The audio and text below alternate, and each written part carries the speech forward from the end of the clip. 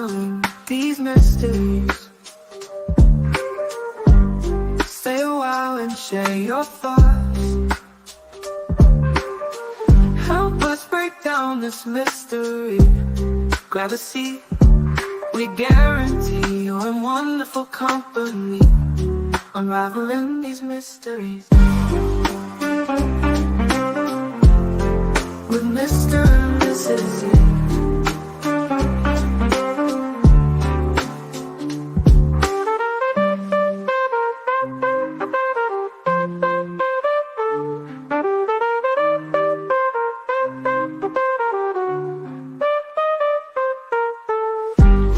Unraveling these mysteries with Mr. and Mrs. E. Mrs. E.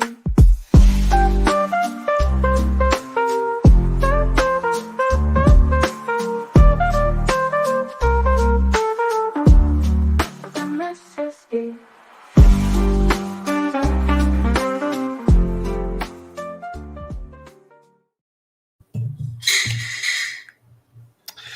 Good evening, everybody. Welcome to the Mr. E Crimecast. I am Mr. E. I am joined by Mrs. E. I'd like to welcome back Aunt E. Aunt E, Hey, how are you guys. doing? Everybody missed you. I missed you guys. It was weird not being there Friday night, but I had a great time at my event, so I can't complain. Good deal. Good deal. Well, I'm glad it went well, and we're glad to have you back. Everybody was curious and wanted to make sure you were coming back to join us again tonight. And got lots of folks here in the chat already. Ton of folks in here. So we appreciate y'all being here to join us tonight. I saw Seth is here and HM Hands. Hello, Tasha. I'd like to say hello to Sam's Pretty Paranormal, Chica in Connecticut. I'm assuming that's what that means. Aunt No Crier. It's a great name. Busby's True Crime Network. Meow. Sorta Marta, I think, and Ginger Girl. Bullhorn Betty, and Seth Rogers, Tony Mathis. Oh, okay, great. Well, good to see you all in here too. Welcome in, Tony and Betty. And Betty's been doing some great work. If you've not been watching her channel the last few days, she's going back to basics on the videos and stuff. So it's good because we've forgotten a lot. You forget, and you have to kind of. I think all of us that are covering this case will need to periodically go back and revisit it, because as new information is available, it brings the interviews into a new light, because you see things differently with new knowledge that we've gained over the last few months. So she's been going through a lot of those early interviews, and she's really been doing great with that. So definitely check out, if you haven't been watching those, the last few days have been really great. Yes. And Kay Mac, I'd like to thank you for coming in here tonight and helping us mod. Real Me Too. Good to see you in here also. And we appreciate your help. I'm seeing them working. So okay. It was from K-Mac, and I think she's on her phone, so she may be having some trouble since she's doing it from her phone, but she had sent a message in Discord that it was not working. Well, I can see it. Okay. This is a good excuse. Little Miss Sharon cannot stay long. It's a beautiful spring day in Victoria, Australia, and I'll be off to ride my horse. Well, that I don't blame you. So you can catch us on the replay. So that's all good. I hope actually we try to do the show in such a way that it's as good on a replay as it is live. That's kind of the goal. I want to say hi to Busby's True Crime and Car Guy and Mrs. Car Guy. Meow, great name. Who else is in here? Oh, Lady Tit for Tat's in here also. Oh, Butterfly Kisses. Cognizance. Help me. I'm not what name. Cognizance. Cognizance. I don't know. I don't in see crime. That. Okay. That's go funny. with it. Just keep going. And if you guys I don't know if you guys can see, but we've started decorating for Halloween. I don't know if you can kind of see it back there. Yeah, we go a little nuts on the Halloween. Let's see if I can just show me. I don't know how to just show me, but anyway, you'll see we get a little nutty with the Halloween decorations. Yeah, we go kind of all out on it. Yeah, so if you see weird stuff in the background, it's our Halloween decorations. All right, and Helen's here. HM Hands, Tasha, Chica in Connecticut. Let's see. Sorry, I'm really behind. Batgirl, I know Batgirl, and Lisa D, and Sandy, SST. Lots of new R2 folks joining us Go. too. There's lots of names I haven't seen before, so it's good to have all these new folks joining on and coming with us. So it's great. Kitty Catty, one of our members, Amanda Jane, Busby's True Crime Network, Cece, Nurse 2. Gosh, we've got a lot of new names. Zoots and Boots. Zoots and Boots, Jacqueline Blaine, Find Polly Summer Truth. Polly Pepper, Ginger for Ob, Michelle Vincent, Kelly the OG. Gosh, Rachel W, Sunset Gazing. I just can't keep up with all of them. Well, awesome. Well, welcome everybody. There's a lot of people here already. Oh, wow. We've already got 5 gifted memberships, Scott. Oh, my stars. Oh. Ginger Girl. Ginger Girl's here. Oh, yeah, thank you, Ginger Girl. Thank you so much. If you got, let's see who got it. Tony Mathis was gifted a membership. Very good. Congratulations, Zoots Tony. And Boots. Zoots and Boots. Okay, good. Let's see. Butterfly Kisses. Oh, great. Let's see who else. Crafting and True Crime. And Robin. Well, if you guys got a membership from Ginger Girl, please give her a thank you. And thank you so much, Ginger Girl. We appreciate it. And I will do our little, let's see. Let's do. So CJ's in here tonight also. Hi, yes, CJ. Good to see you, CJ. Let's see. I think we have another gifted membership. Oh, my stars. You're kidding me. No, we have one from Michelle Vincent. Oh, Michelle. Thank you so much. I'm trying to see who got it. Let's see. I don't know how to do this stuff. Let's see. I'd like to just say hello to War Eagle and Linda also. Oh, I've got my stars going still. Well, thank you so much, Ginger Girl and Michelle. We appreciate you. Yeah. And we'll do our little. I've got to stop the stars. Okay, there we go. You guys, you think I had never done this before. Let's see. There's our little thank you video. We appreciate you. That's so kind of you. We really do appreciate it. And welcome to the Crime Dogs, new Crime Dogs. We appreciate you.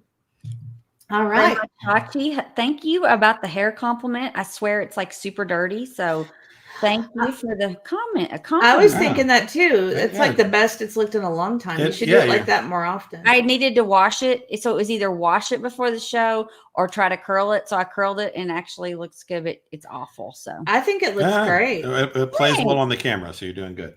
Yeah. Good deal. Oh my goodness, there's so many people in here. So I guess we ought to get started and not make people wait. Sure. So just so you know kind of what our plan for tonight is, we've got a few things we're going to talk about up toward the front, but the overall theme that we'll get into a little later is, we named this stream What Are the Odds? And there's so many different ways to look at the case and looking at evidence and just different perspectives. So, at times we study different theories and test them out. Other times we look at more behavioral stuff or statement analysis. Last time we did the brainwashing episode, kind of talking about more like that overall PR thing that was going on. Seems to have worked. Just kidding. Do you think it worked? I don't know. So I don't know. Maybe some people were listening to it.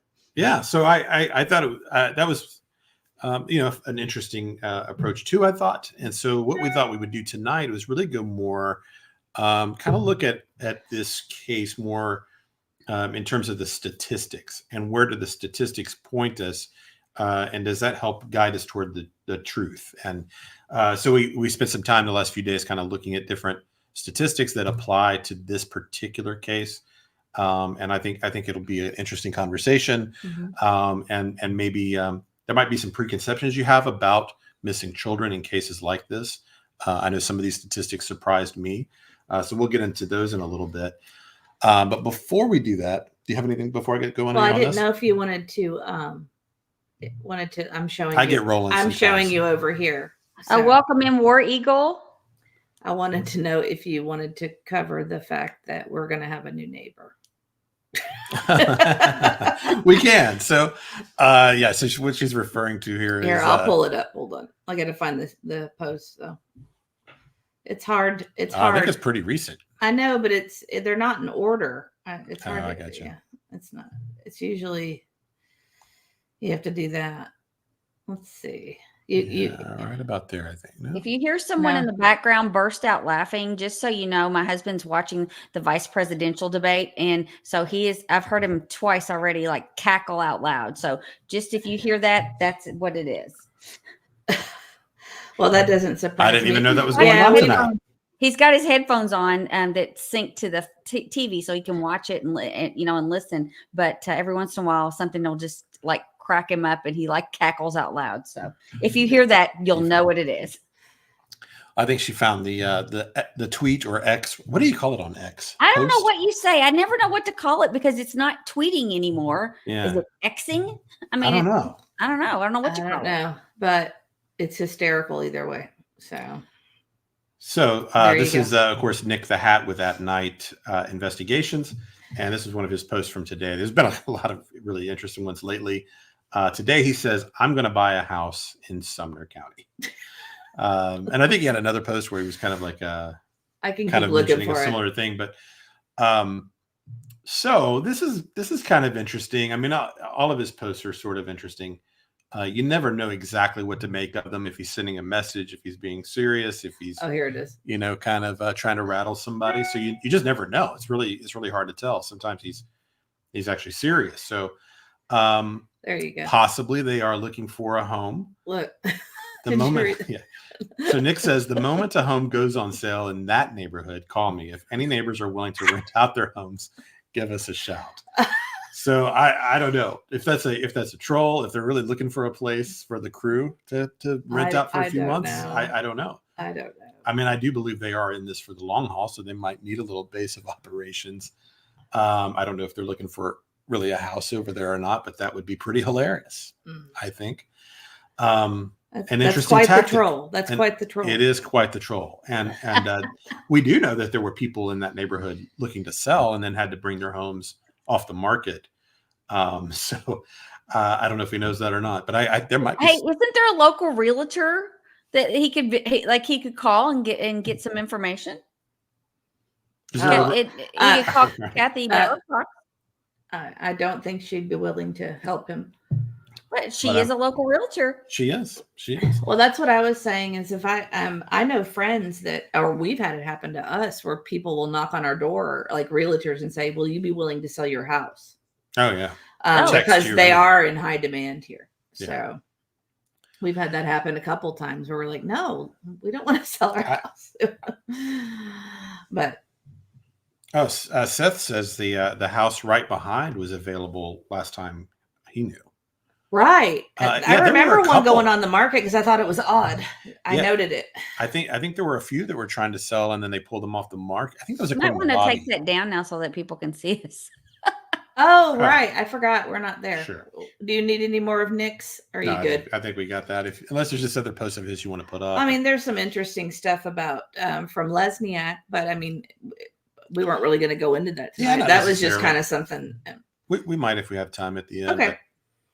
So the aside from that is just kind of funny, but something I've been thinking about for the last few days. Sometimes CJ was searching today. Okay, you went down to the neighborhood. Yeah. See, I think when people started to sell over there, though, they realized they were going to have trouble doing it and just pulled their homes off the market because of all what's going on. Thinking they're not going to be able to get full price or whatever. But I bet people, if they got a fair offer, would be willing to get out. Oh, yeah. I bet there's a few that are tired of the whole thing. Yes, and thanks CJ and Trey for going today and searching. Absolutely, they were out searching, and I watched them for a little bit and said hello. And it's always nice to go visit his channel. So if you guys, I don't know if our things are working, our chat bot's working, but if you guys could put CJ's link in there, that would be great. Yeah, that'd be great. Also Betty's, of course. Everybody knows Betty's, though. We're a micro channel compared to all these guys, so it feels weird promoting them. Yeah, I mean, it can't hurt. I mean, there's probably some people here that don't know. There's so many channels out there that don't know him, that have found us first or something. You never know. So, but CJ is one of the ones that does a lot of searching, and there's several people that have been doing searches. We're always happy to support any of that. there's a few ways that the case could get solved, and the searching is one of them. So can I show this real quick? Breezy Sure. did they get special posts that they can do when they've been members, and Breezy's been a member for 3 months. Well, that's awesome. wow, Thank you Breezy. so much, Breezy. That's awesome. That is Okay, so sweet. and just a pause. Do you guys know who this is? Supercalifragilisticexpialidocious says, I like to call you guys Sharon, Lewis, and Brom. Y'all remember? Sharon Lewis and Brom. I don't know that one. Sharon, Lewis, and Brom.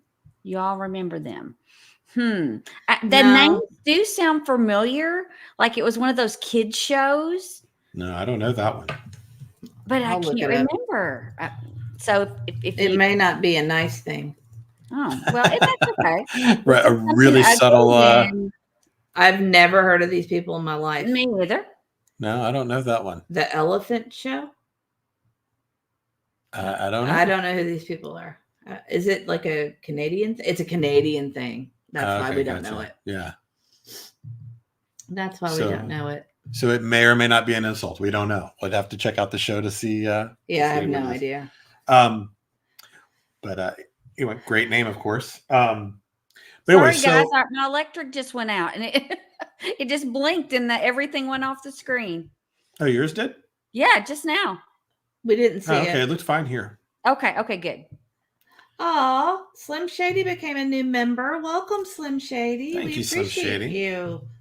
They had a kids Canadian show. Oh, We'll have to check them out. well, welcome, Slim Shady, to the Crime Dogs. If Mrs. E ever gets her act together, we're going to have trivia soon. Auntie, too. I'm Because working Auntie's on it. supposed to be working on the questions. I've been kind of busy, but I'm working on Oh, it. it's a beautiful kid show. So okay. Okay, awesome. So I'm hoping it wasn't a insult. No, I don't think so. Okay. So- Sorry. Somebody said they watched it when they were little and when they lived in Indiana. Oh, okay. They're saying, okay, it is not an insult. Well, good. Good. Good. Because we like nice people. Well, We're good. nice to nice people. So awesome. You just never know. So I just wanted to start with talking a little bit about. Oh, I do know that they did that song Skinkamanink. How is Skinamarinkadoo? It was a song that they sang. I remember that. Hmm, It How? just hit me. I don't know this at all. You didn't no. grow up in Canada. But no, it was How? it was on in the U.S. too. But they were Canadian. Okay. Okay. Is it something we watched? Sorry. Is it something we watched? I don't remember watching the show. I Yes, remember I watched the it. new zoo review. I remember that. Yep, the That New was Zealand- one with Gary Gnu with the new Gnu's. Yes. Do you remember that guy? That I know. That I know. That was one of my favorites. I remember that. I love. Yeah, I remember it. So anyway, I what I've been kind of thinking about for the last few days is Seth, of course, because we were talking about all of this on the last stream about. Look, we love you too. Thank you, Honesty Honesty Prevails. prevails. And just about how he's been such a target and kind of why. And it's just one of those things that's been kind of rolling around, nagging me in the back of my mind. And then I was watching the latest Deception Detective, of course, and he did a marathon on the McCanns. And if you follow that channel, you know that is a particular mystery that he's somewhat obsessed with. I mean, he spends a lot of time researching and investigating, talking about the McCann family. And as I'm watching that story, something started to kind of click with me about why Seth is such a target, because that case is 17 or so years old at this point. Thank you, Tony. You don't have to do that, but we do appreciate it. What did Thank Tony you. do? I'm trying to find he did because a you super- didn't send me the Deception Detective link. Oh, that's okay. I'm a few minutes from that. Oh, anyway, okay, cool. but I think We I emailed appreciate it. it. Tony, Oh, thank you so much. you. Yes, thank you, That Tony. is so sweet of you, I think Tony. I emailed it to you with the timestamp. Here, we have to give Tony a thank you. Of course. We get the weekly hate mails for me interrupting Mr. E. So Now you'll get one of those too, Tony, but we appreciate it. thank you, Tony. We appreciate you. So I'm watching how that story played out, and it's essentially a cold case, and they're saying Sorry, Our that's our son son. up there. They are saying at this point that that basically the only way that that's getting solved is essentially if the McCanns confess or if the little girl is found, and with evidence connecting them to the crime, or long shot third options with some kind of third person flipping and giving information, right? So I'm listening to this and I'm thinking that there are some similarities with that story and this one, but what's so different really Oh my is goodness. Seth. And this case is going cold if it's not for Seth. He is the only reason that this story is where it is, because if it were just the two parents and Seth weren't around for whatever reason, they would have stopped talking sometime around April or May and kind of faded away. The people covering the story would have had nothing to discuss. There would be no vigils. There'd be no bike rides. There'd be no at night. There would be no $50,000 reward from the FBI. There'd be no public pressure at all. This would have just eventually trickled away into the Summer Wells kind of story, where people very rarely even discuss it anymore because there's no one there with a vested interest to push it. And so really the reason that this story is as active as it is Seth. If you don't have him involved like this thing is not getting still on the news like it was, because there's nobody to interview, right? You're getting no comment from the other two parents, and the nightly news. Those people, they need quotes, they need imagery, they need someone talking, and you would have no one speaking on behalf of Sebastian if he weren't around. So it started to kind of click with me. That's why he's such a target, because there was a clear turn a few months ago. I know when we started our channel, you'd occasionally kind of hear this stuff about Seth, but it was sort of like it was these outlier theories, kind of like the real out of the box kind of thinking stuff. People didn't really seriously talk about it hardly at all, and then there was a turn, and it seems almost coordinated. Mm-hmm. There seemed to be a group of people that all sort of decided that it was time to turn on and focus on Seth. And for whatever reason that happened, it's hard to look at it and not think it was somewhat coordinated. They might have different motives. Thank you, Tony. I think we've all seen this though, right? I mean, we've all had to have noticed the turn that happened, because it was obvious that we all needed to look inside the house first. For the first several months, the behavior of the parents was absurd and ridiculous and very telling. Everybody knew where to look, except for just this kind of tiny, fraction of the internet. But the coordination seems deliberate. And so the reason is because they have to do the character assassination. They have to destroy him any way they can to take away his credibility. And in a way, what they needed was a fall guy, a scapegoat, whatever you want to call it. They needed someone else to take the attention and to cause some kind of confusion and distrust. In the McCann situation, that person was this other person that's incarcerated. The news tried to point the finger at this guy. And fortunately, his attorney, instead of what they wanted to do in the McCann situation, is they wanted this guy that was already incarcerated to make a plea deal instead of going through the trial and everything. Fortunately, his attorney saw through the play and fought it. If you're following me there, and so that's not going to work. So now that, but anyway, so there's some parallels in the stories, and that was occurring to me watching that today. So, I whatever happens with this case, if it's solved tomorrow or never solved or years from now or whatever it is, Seth has absolutely honored his son with what he's done. I mean, it's he's been out there fighting and taking all kinds of absurd and ridiculous and over the top attacks and hasn't stopped. He hasn't stopped. He hasn't given up. And it's really pretty it's really pretty remarkable and admirable what he's done, because this story, I'm telling you, I think this thing is cold and not discussed and talked about if he's not involved. I think that I think that's what would have happened. So anyway, good. It's that's what you need. You need an advocate. And I know if you ever have a special needs child, one of those things you hear all the time is you are your child's best advocate. And the same applies for a missing child. You really are your child's best advocate. No one's going to speak up for the kid like the parent can. The organizations, the YouTubers, everybody will fade away eventually, but the parent is the one that has to be the one to carry that torch and keep the fight going. So it's good that he's not been discouraged or given up. And so I think maybe he doesn't get the appreciation that he should get at this point.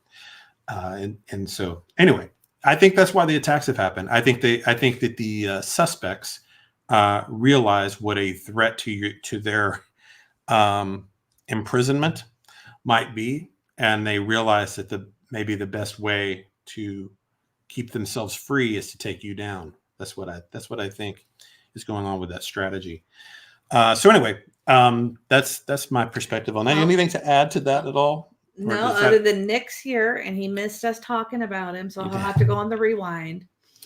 Yeah, if you're looking for a real estate agent, we know a few in the area. If you are looking to buy a house or rent or anything like that. All right, Auntie, take my stuff down.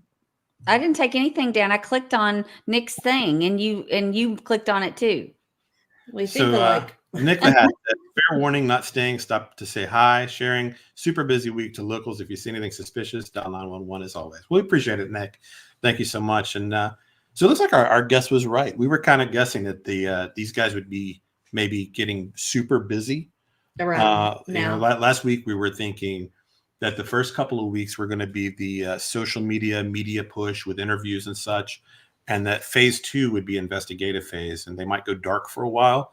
I think we'll probably still hear some tweets and such from Dog and Nick here and there, but I don't think we're going to hear I'm going to guess that we're not going to hear as much from them for a little while they get into investigative mode, because they've been getting their leads, and now it's time for them to go to work. Nick could have a reality show of trying to find a house in Sumner County.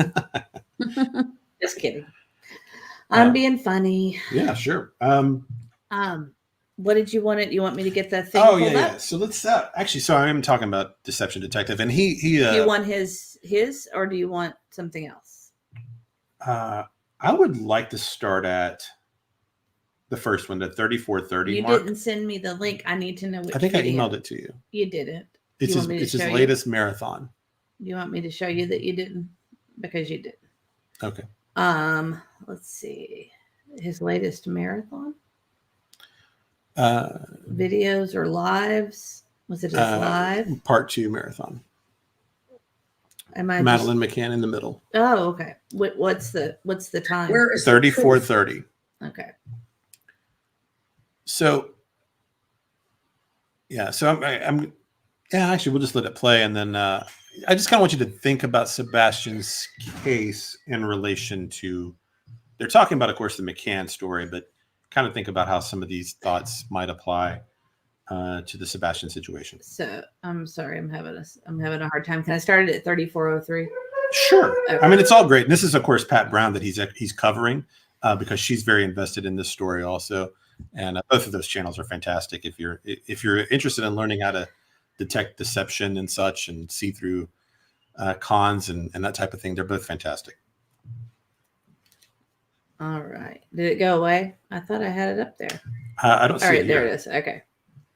So, all right.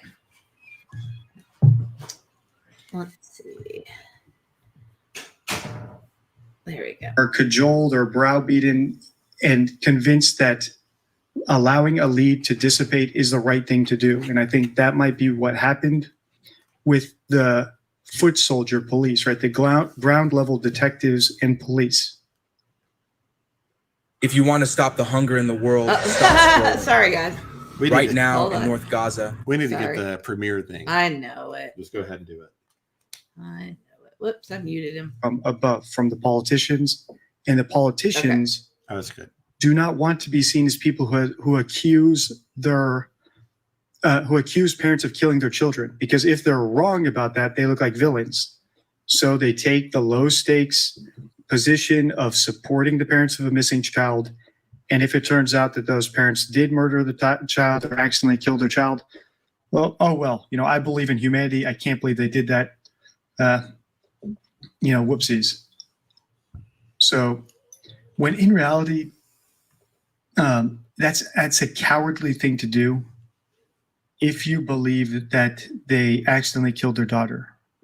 So I think the brave thing to do is, instead of looking at the parents as victims, actually think about the real victim. The real victim here is Madeleine McCann. She's the one who has actually suffered.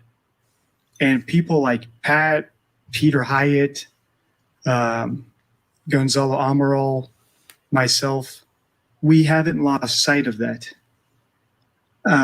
When I'm trying to get to the truth, I'm trying to get to the truth for Madeleine's sake, not to spare the feelings of the parents, or really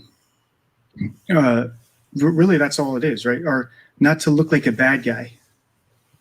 Right? I have plenty of comments saying, oh, how heartless you are to accuse these poor parents. Look what they've been through. And now they have you talking about them. They're not the victims to me. Based on my analysis, I don't think they're the victims. The real victim is Madeleine. That's the person at the end of the day who's the real victim, who, once you lose sight of that, it's easy to get distracted. You have to remember who the real victim is. And then if you lose sight of that, you start losing sight of who your actual suspect should be.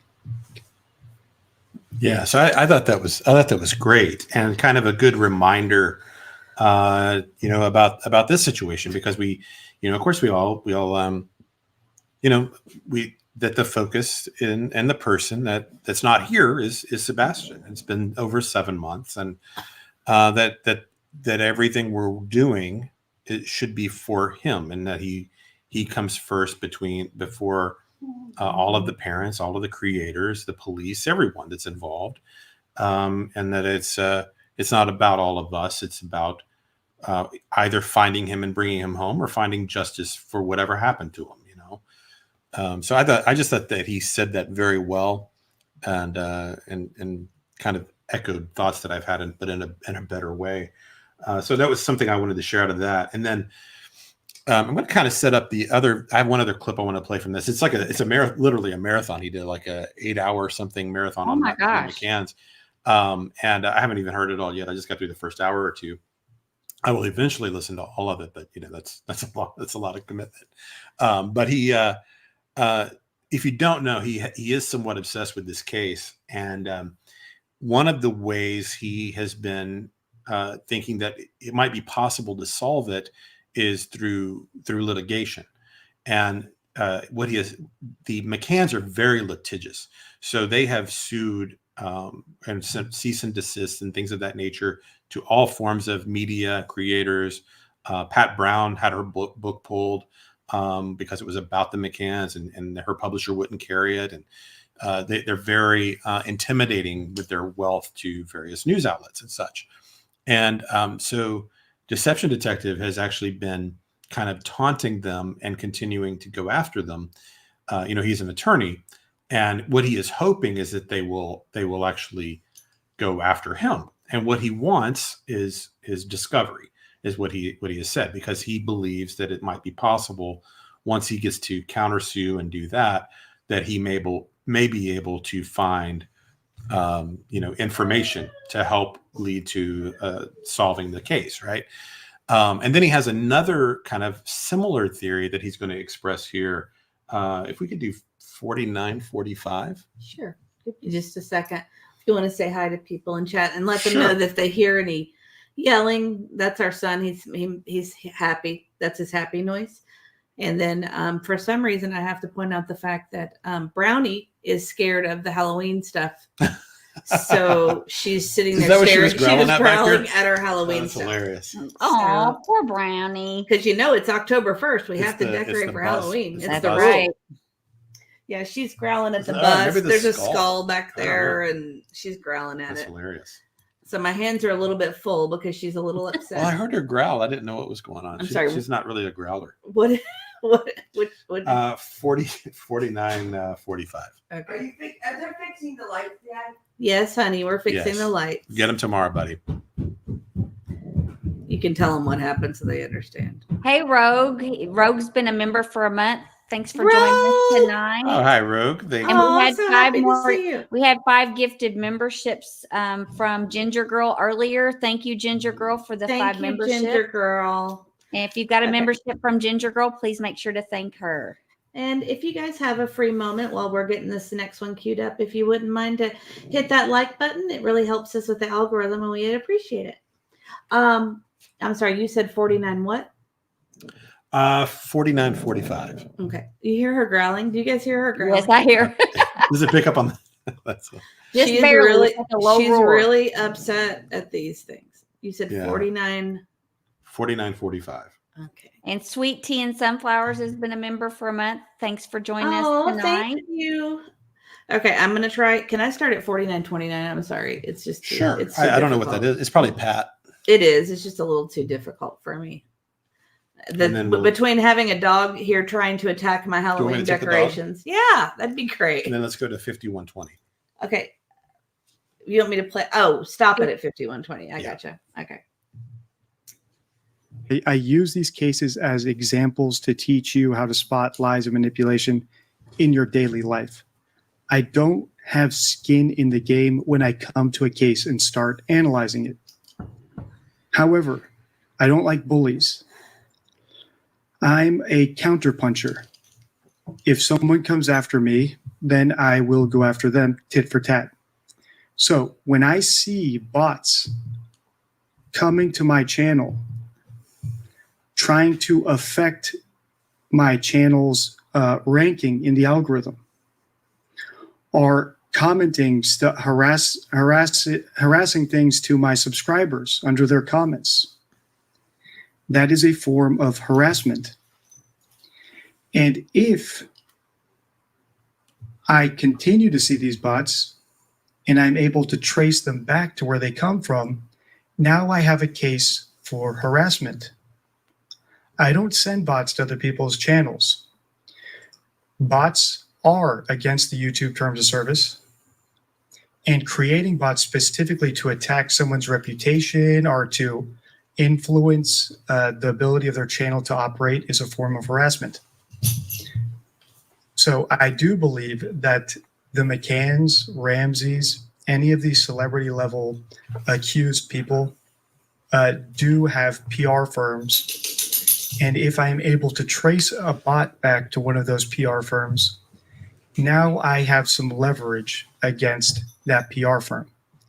And if I believe someone at that PR firm might know the truth, might know something, and I'm able to get them to trade their information in order for me not to go on the offensive against them, I will do that. All right. So that last part to me was the key part. So I'm just going to kind of, in case you kind of missed it at all, what he's saying is he thinks that these, the McCanns may be employing these PR firms to send bots after his company. And this is an example he gives with the next part of this segment. But that someone is unleashing them on them, and he thinks, of course, that it's that family. If that's the case, then he can open up litigation of some form against that PR firm. And if the PR firm knows some information, he may be able to leverage that to drop his suit.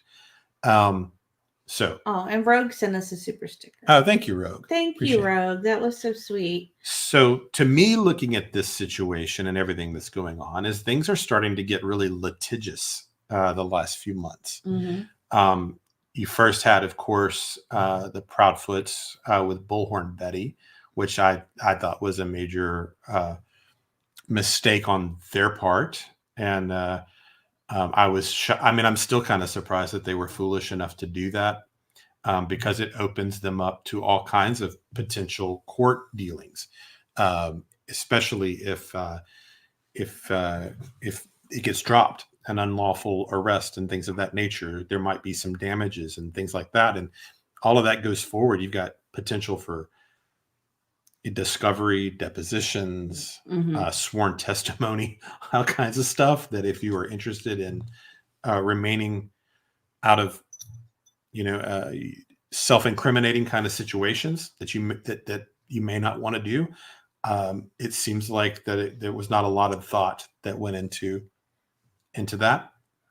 Outside of that, you've also got now all of these cease and desists that are starting to go to various individuals for death threats and harassing, or not harassing, but calling parole officers with false information and things of that nature. I'm not sure what all of these different cease and desists are going to include. I'm guessing they're all kind of different from one individual to the next, but certain folks are at least claiming that they're starting to receive some of these. And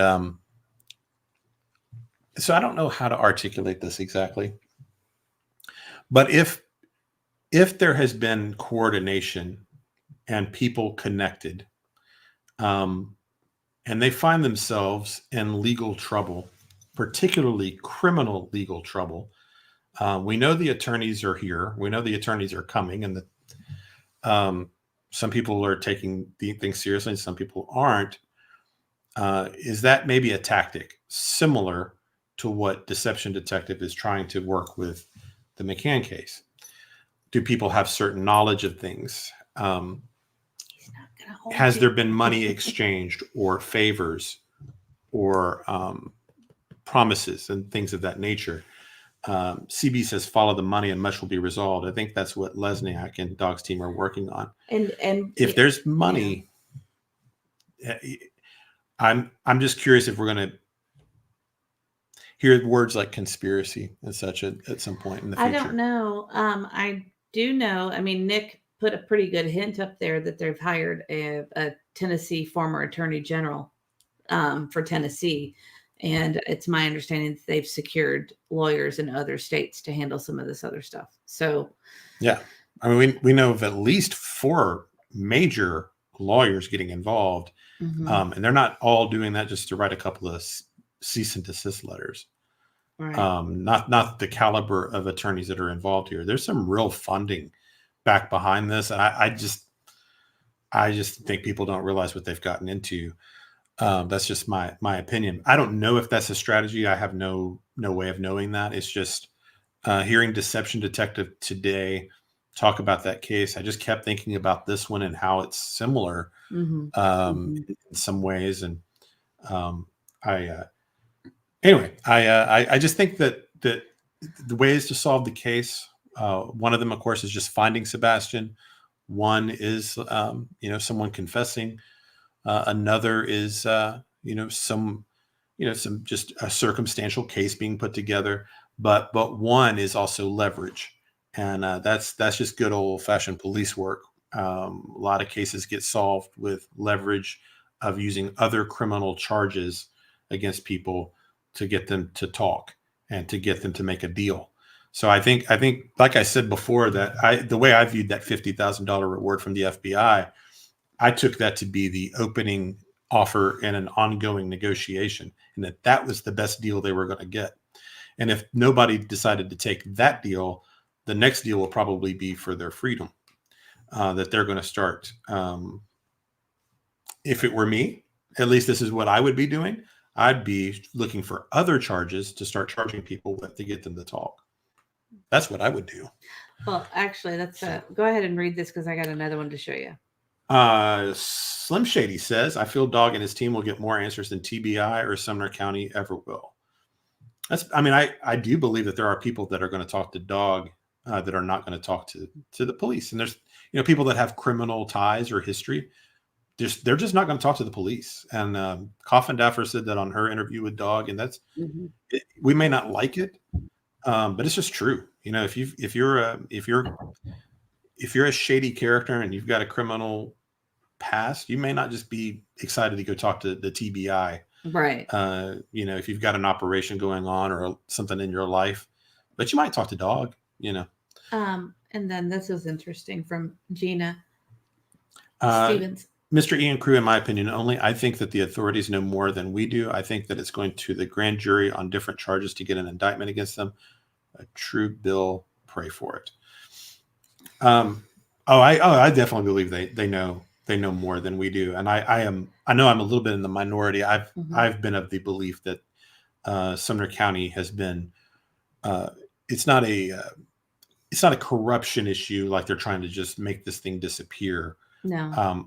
My belief just has been that there may have been some mistakes made. It may have taken them too long to realize that this was not a runaway, things like that. They may have given them the benefit of the doubt and such, and they may even have a friend at the sheriff's department. But I haven't believed that this was like a wholesale, the sheriff's department trying to make it just go away. I think they just needed help, and they're getting help now from FBI and TBI and now Doug's team. That'd be a question. Next person that gets to interview Doug, I don't know if he's got any appearances coming up. I'd be curious to know what his relationship's been like with Sumner County so far, if that's going well or not. I wanted to say hi to Gail. She's new here. Welcome, Gail. We appreciate you joining us. Let's see. We've got Brandy and Indy's here. Alicia Hot Wheels joined us. And Rogue, of course, we missed you so much. Welcome back. We appreciate you. And thank you again for that super sticker. Justice Jane is here. Hello, Justice Jane. And Mistletoe and Moonlight. I think or Misty Moonlight. Sorry. Okay, my eyes are bad. Of course, War Eagle's here. Crystal. And Sweet Tea and Sunflowers. Thank you so much. Aw, I love you all. Sweet Tea. Well, we love you back. That's so sweet. We do appreciate that. Alicia has a little bit of a different opinion. Sure. Alicia Hot Wheels says, I agree, Mr. E. They botched in the beginning, and instead of just saying, oops, we need help, they're shutting everyone out. Yeah, and I think them not talking to the public has been a mistake also. I don't think it would have, just to have somebody come out once every 2 months or so and just say, hey guys, just want you to know, we've got a detective on this. We are working every lead every day. We have not forgotten about the child. Something along those lines would have gone a long way just for public support. Instead, they've just decided to not speak at all. And Brandy said this. I think was poor. I remember this because Bobby mentioned this. Yeah. Bobby, the neighbor, if I'm remembering correctly, tried to talk to Brandy, and Indy says neighbor has tried to talk to Ellie and never received a call back. Remember? And this is a good one from Tony. Tony says Nick is bringing in new qualified people daily. That number far exceeds 24 now and is growing. Great. Yeah. Yeah. I think we were all skeptical at first. Had never heard of him before. Because, Dog had his reputation and everything, but just had no idea what exactly was going to happen. But everything's looking great. I mean, I don't know how you could be. I think there's a lot of reasons to be hopeful at this point. Well, every day, when we're discussing this, one of the things he always says to me, he's like, you don't bring the district attorney in after 3 days. If it's not something criminal, you just don't. He says that constantly. Right. Aw, Sweet Tea and Sunflowers again. Oh, thank you so much. Thank you so much. Oh, Mr. E. Crimecast, we missed you, Auntie. Oh, I even love Baby E. Aw, thank you. They did miss you. I guess I wasn't sufficient. I'm just kidding. No, they did. Everybody missed you. They love you. Well, thank you guys. I'm glad to be back. And it looks like Terry F became a member. Oh no, Terry F's been a member for 1 month. Okay. I don't know why all the dogs want you tonight, but they all want you tonight. They're not usually so needy during the streams. I think it's the Halloween stuff freaks them out. I really do. He's gonna get all of them. Okay, yeah, we're not gonna do that, Bailey. Okay. Yep, sorry, buddy. Can you tell them our idea for when we hit 10,000 subscribers? Yeah, because we never thought this would be possible. I didn't even know. I guess apparently when you hit 10,000 subscribers, you can do like charity streams. Mm-hmm. Like you can pick, like they have approved charities or something. You can pick and it goes directly to them. So we were thinking like whenever we hit the 10,000, we'll just try to do some kind of like marathon stream or something, and try to donate all of it to.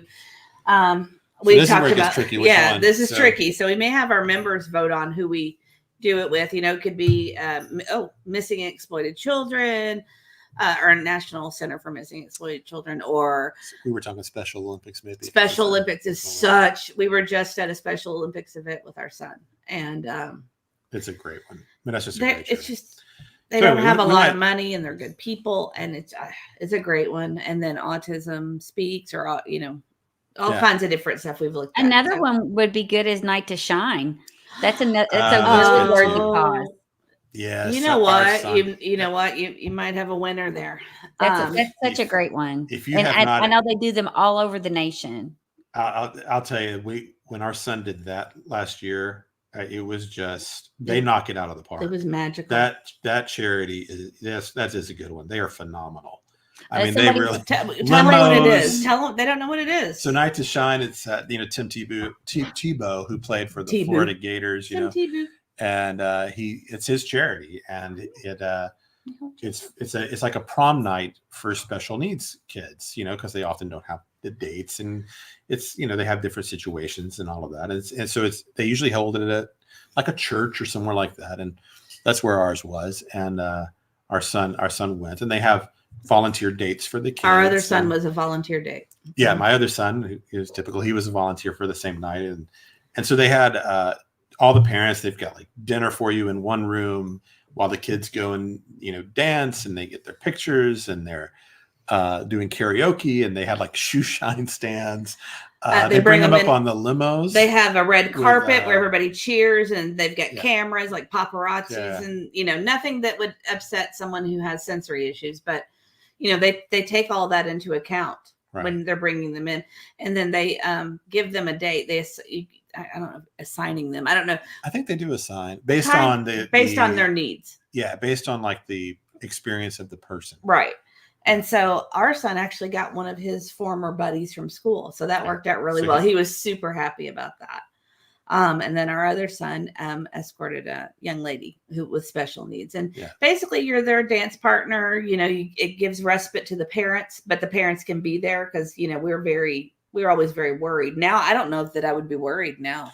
No, because it was so well it was done. Still nice to go and watch them. Yes. But you kind of do want to let him have his own thing, and Oh, he's already asking about it, which I think the signups are coming up again. Charities, though, and that was just one that stuck out in my mind because it helps all special needs kids that are involved. Someone else mentioned like the Gabby Petito Foundation.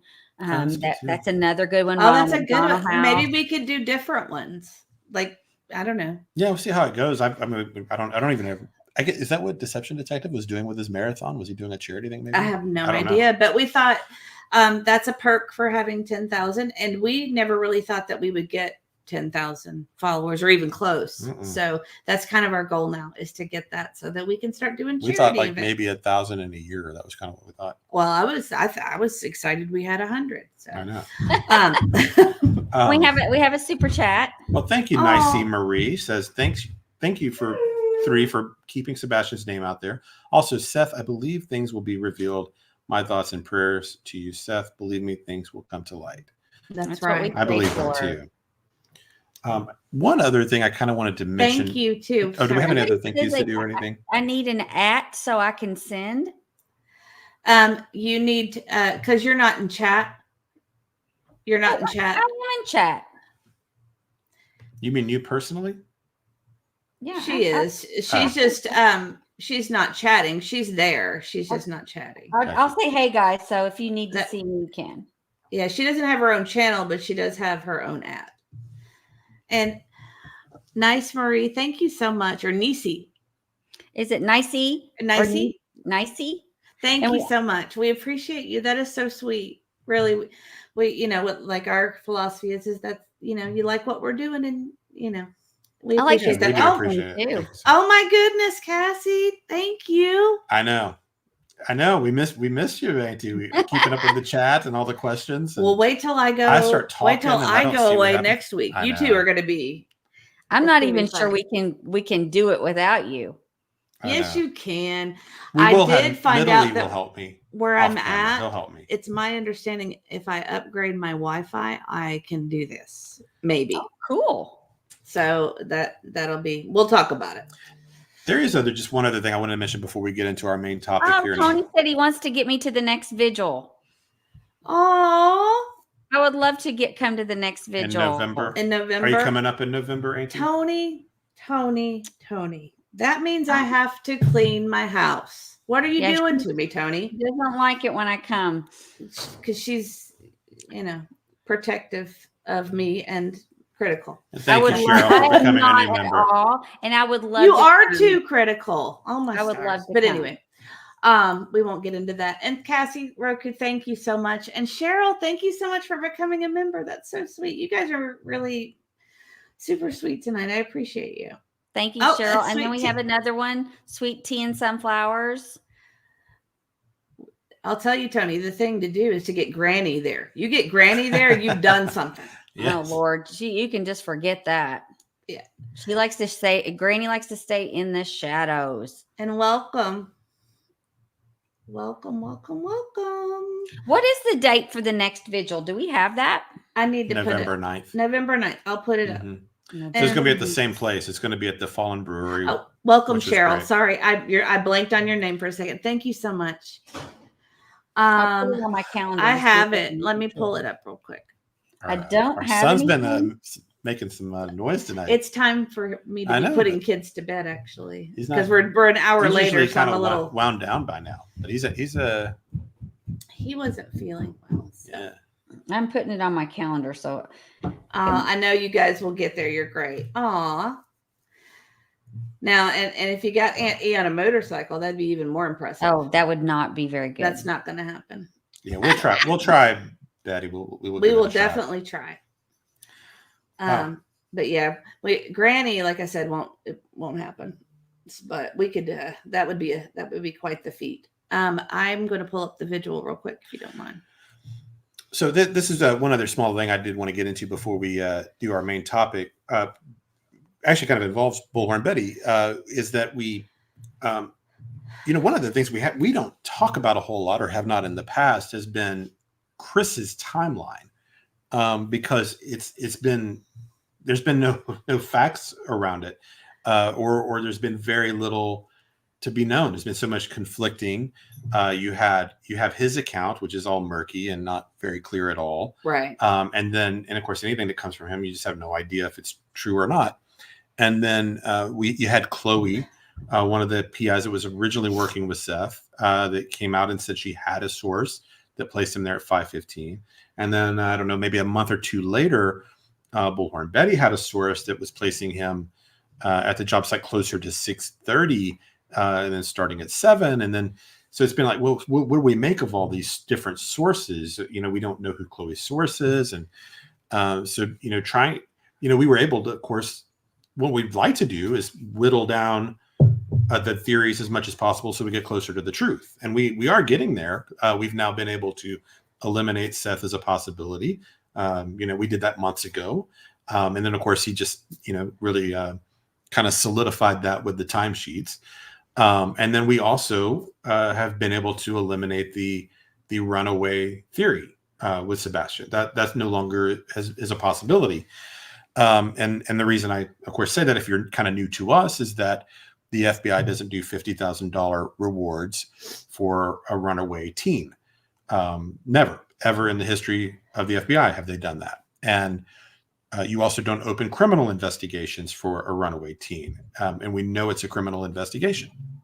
One of the ways we know that, there's multiple reasons, but one is that they did the search at the landfill. And they would have had to have gotten a subpoena, had to have gone through 3 different people, including a judge and the superior, a DA, and everything to get that authorized. And they would not have gone to Kentucky to look in that landfill for a runaway teen. They only could have been there looking for either evidence or Sebastian. That's it. That's really the only option. So we know it's been a criminal investigation, several other ways also. But anyway, we are getting closer to the truth. Mm-hmm. What that has left us with is really 3 possibilities. One is that either inside the house is responsible, or some family, friends, neighbors, someone that Sebastian knows is responsible, or a total stranger.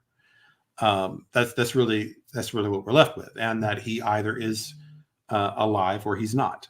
But one of those 3 types of categories would be responsible. That's really all that's left. I don't know what other option there could possibly even be. Your friend's here. I'm sorry? Your friend's here. My friend. We have 3 Tennessee Sebastian Nurse. songs. Have you heard the 2 Unsolvers on the scene yet? I haven't. I heard a Sebastian song. I don't know where I heard this today. Sam's posted one. I think I reposted it. Maybe that's what I heard. I didn't know Yeah. who did it though. Also, you want to read about the vigil real quick? So while it's up. Sure. November 9th at 2 p.m., we warmly invite everyone in the community and surrounding to a ride, followed by a prayer vigil for Sebastian Wayne Drake Rogers. Sebastian was last seen on February 25th, 2024 in the area of Stafford Court in Hendersonville, Tennessee. This is a time to raise awareness, bridge our differences, and embrace the power of prayer. Motorcycles, Jeeps, and all vehicles welcome. You meet at 2 p.m. Kickstands are up at 3 at the Fallen Brewery, which is at 1761 George Code Drive in Clarksville, Tennessee. Prayer vigil at the conclusion of the ride. The Fallen Brewery also at 1761 George Code Drive in Clarksville, Tennessee. But so the other part I wanted to mention, though, is Silver on the Scene. So I actually had never watched one of his shows before. People have been recommending him, and just so I've watched all of his. I watch him pretty regular. Yeah, and I get it now. He's great. He does a really good job. And thank you, Cassie. Thanks again, Cassie. Added $5 to that. That was a super chat. Sure. Sorry. Thank you, Cassie. We appreciate that. And also your buddies. Your buddies here. That's what you meant. I don't know what you were talking about. Okay, so I was low-key hoping they would go after Betty for defamation. They would have to prove her accusations aren't true and defame by initiating discovery. I doubt they want discovery. Go Brig Orange. Right back at you. So yeah, I know. Who knows though? I mean, they've made so many mistakes. There's no telling what they might do. Oh, well, that clears up a lot. So the old PI took CP's word. I take Betty and Silver's. They were at the job site. Oh, that does clear up a lot. We talked about that today prior to the show. That's interesting. Mm-hmm. Yeah, and she only claims she had one source on that too, so that would be him. Right. So Interesting. yeah, so I put a lot of stock in that claim back then when I first heard it with Chloe. I did initially just assume that must be true, which I'm sure many people did, and then as time's gone on. But anyway, so we now have. That's funny, Jen. That's funny. Jen says, "Well, that's Goofy taking CP's word for it." Oh, yeah. And mystery, you're always. I mean, why would you even call that like an anonymous source? Why wouldn't you just say that's what CP said? I mean, right. Yeah, no kidding. That's not a source. I mean, that's very strange. Yeah. To report that way, because the way that was said implies that that's a third party of like a coworker or something, not himself giving his own alibi. That's very bizarre. Well, anyway, now we have multiple confirmations about where Chris was, and as you know, we like to have multiple sources, and we now have Bullhorn Betty and Silver.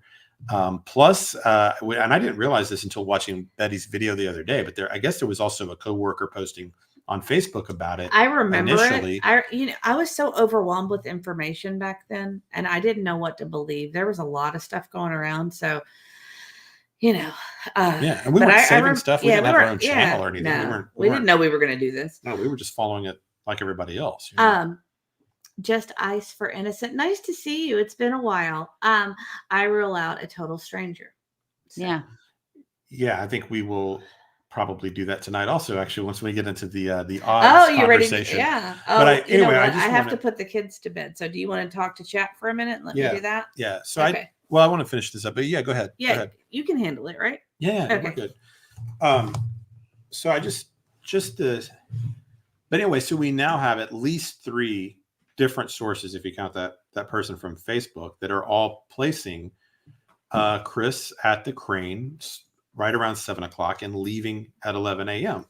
And in a case where it's been hard to get any kind of verifiable hard information, we've made another great step there.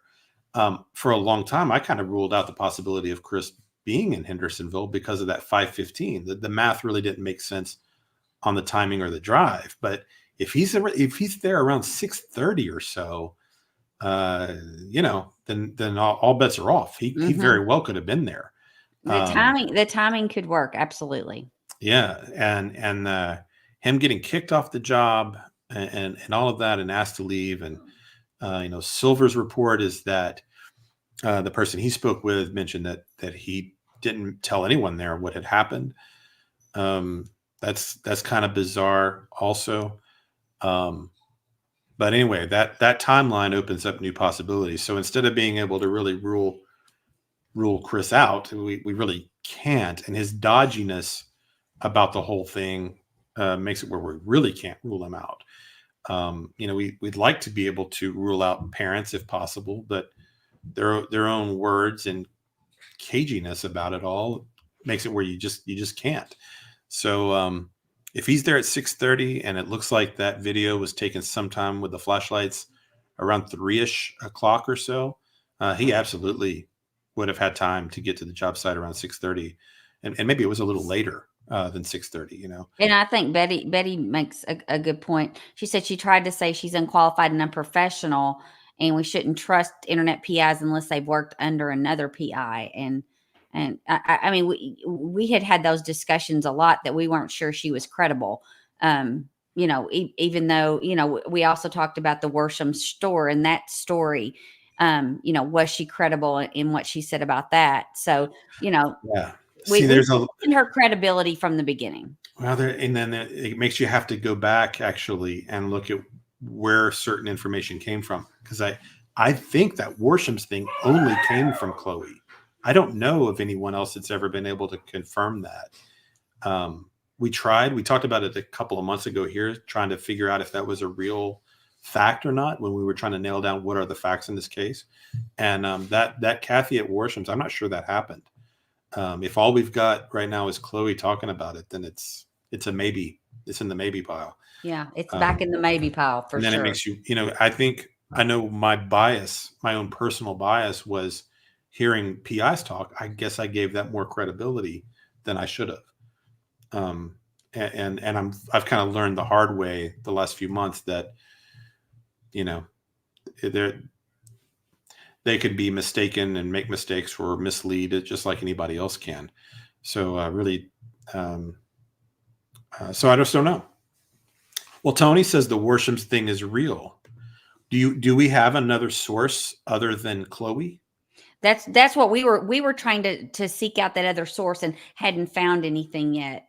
I mean, if all we have is Chloe, then I don't know. I mean, I know you guys have tons of stuff. I'm sure that we'll never see until there's. And we felt like that could be very credible, just for the fact that she was there so quickly that morning that it made sense that she would be somewhere waiting.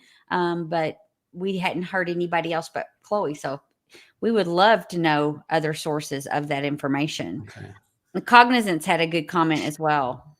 Cognizance in crime. Welcome, Cognizance. I calculated a timeline. Phone call ended approximately 11:33 p.m. CP drives to town, arrives 3:10 a.m., then drives to Memphis around 6:29 a.m., called to LD 6:33. Yeah, it works.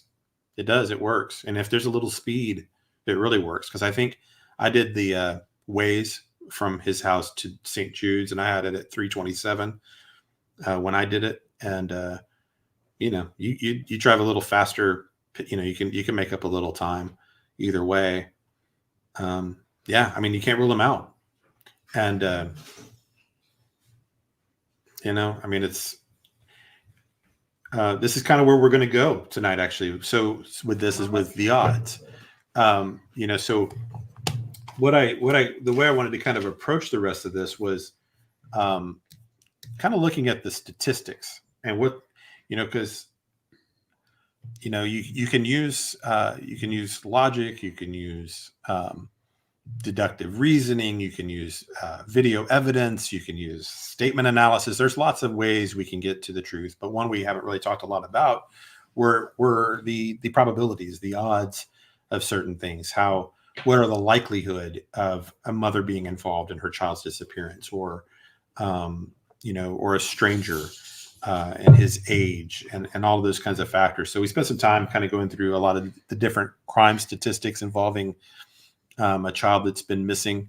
So if we could pull up the first one, sure. So we're going to start with just abductions or just missing children in general. And these numbers will vary depending on the year you're looking at, because there's all kinds of studies out there. And some of these will be from 2021 or 2017. Most of the numbers are usually similar to this when I was looking at it today. So approximately 460,000 children go missing each year, and that's according to NCMEC. And so when they talk about kids going missing, usually these are categorized like, even if it's for an hour, it can be a short time. It may not even be reported to police immediately. It's just kids that have gone missing for some period of time. So if we could do the next one, that would be good. Sure. Whoops. Is that right? Yeah, that's fine. I don't know if there's any particular order we have to do, but as a lot of you know, a lot of these kids end up being runaways. So a lot of times it's 91% that are runaway teens, and doesn't mean they're not in any danger, because they certainly can be, because they become vulnerable to homelessness, drugs, trafficking, living in dangerous situations, and things like that.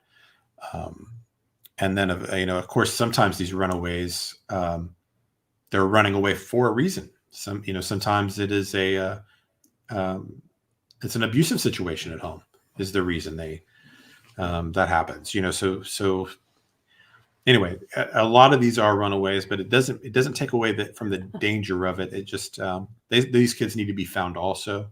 But it's just the fact of it. It's just that is the case. Oh, real quick. Sure. Deanna Mustard gave us a quick update of what's going on in the debate. That's kind of what I figured. Okay. I'm back. Debate not really being run fairly. 3-on-1. I'd rather be here. Well, thank you. Shocker. Yeah, that's kind of the way it's been going. So, okay, sorry. That's okay. I thought that was funny. You ready? Yeah.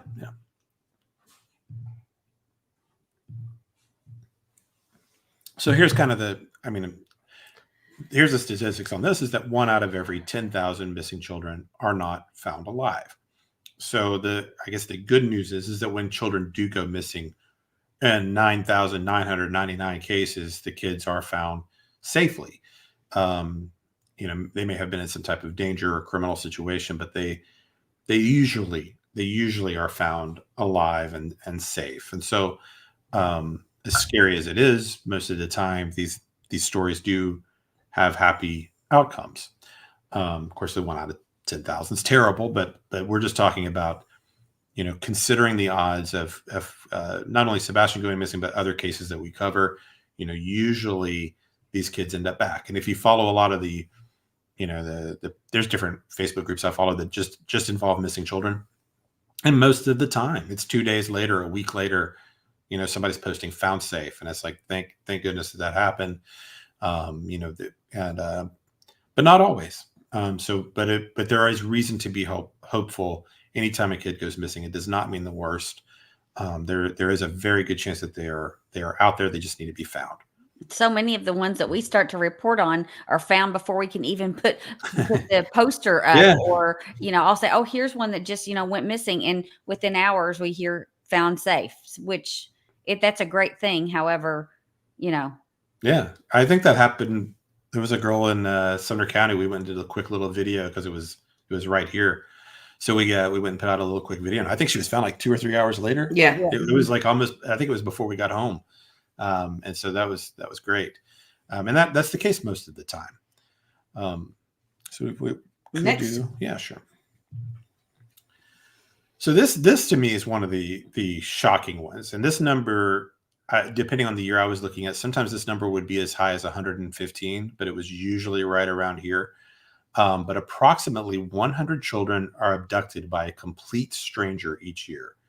And when the way, and this is the Department of Justice for this particular study, and the way they define this complete stranger is someone that the family doesn't know at all, but may have seen at some point, perhaps like a cashier at a store or someone that was walking by the day before, something like that. They would define that type of thing as a complete stranger, just not someone that they knew by name or had any kind of prior contact with. And that's kind of counter to what a lot of the stories are and the fear out there, the stranger danger and all of that is actually extremely rare. I mean, 100 kids being abducted, in a year, that's, 2 per state. I mean, it's horrible. I mean, obviously it's horrible, but when you consider the math of it, 100 is really a shockingly low number, because you would believe that, we all see the videos occasionally with somebody, walking up to a group of kids in a front yard, trying to grab one of them. And it seems like it's a much more prevalent issue than apparently it is. But I guess it's kind of like plane crashes. They don't actually happen that often. They're so horrifying when you hear them. It seems like they happen a lot, but the chances of it happening is actually extremely low. Don was asking if these are for the USA or for your state. We did all USA. So there are definitely statistics out there for other countries, but we avoided all those just for kind of consistency through the discussion here. And what was your total number of kids missing per year? They had 460,000, but sometimes, just depending on the year, sometimes it would be up. But that's kind of pretty close for each year. Okay. You want the next one? Sure. Unless you guys have anything to say about any of these at all. I was just looking at what percentage of that 460 Oh, you don't have to. is 100. You don't have to. Oh yeah, we'll do that in a bit. So, and of those 100 abducted by a total stranger, 81% of those are girls. Wow. And so, if we're kind of trying to start to think of in terms of Sebastian here, we have the kind of 3 categories: the family inside the house, or family people that know the family outside of the house, or the total stranger abduction. Sebastian would be a very unlikely target for a stranger. It's already unlikely at 100, but 81% of those are girls, and particularly teen girls for that kind of category. So Sebastian being abducted from the home in the middle of the night, the odds of this being a stranger danger kind of situation would be almost would be very minuscule. And of course, girls are the higher target for the strangers. Ready for the next one? So this is in any given year, any child 17 or younger. This is the percentage chance that your child could be abducted by a stranger in any year. So that's 0.0000139%. So this is, it's something we all worry about as parents. The good news is it's not as prevalent as maybe we all kind of think it is. Maybe the news makes it sound like it seems like it would be.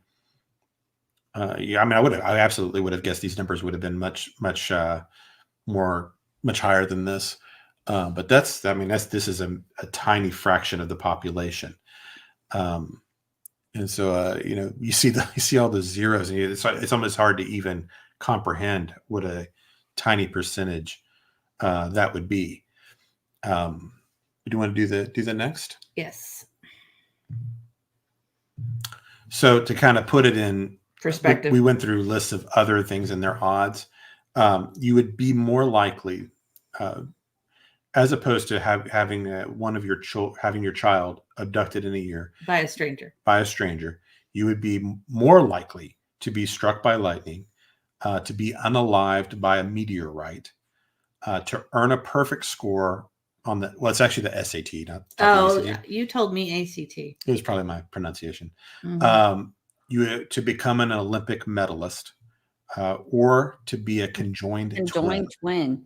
I know, that was the one that got me. Yeah, you're actually almost 4 times more likely to be a conjoined twin as you are to have a child be abducted this year. So now these, someone asked, are these stats for Tennessee? No, these are United States stats. Yeah, we didn't do any of these by state. Everything we did was United States.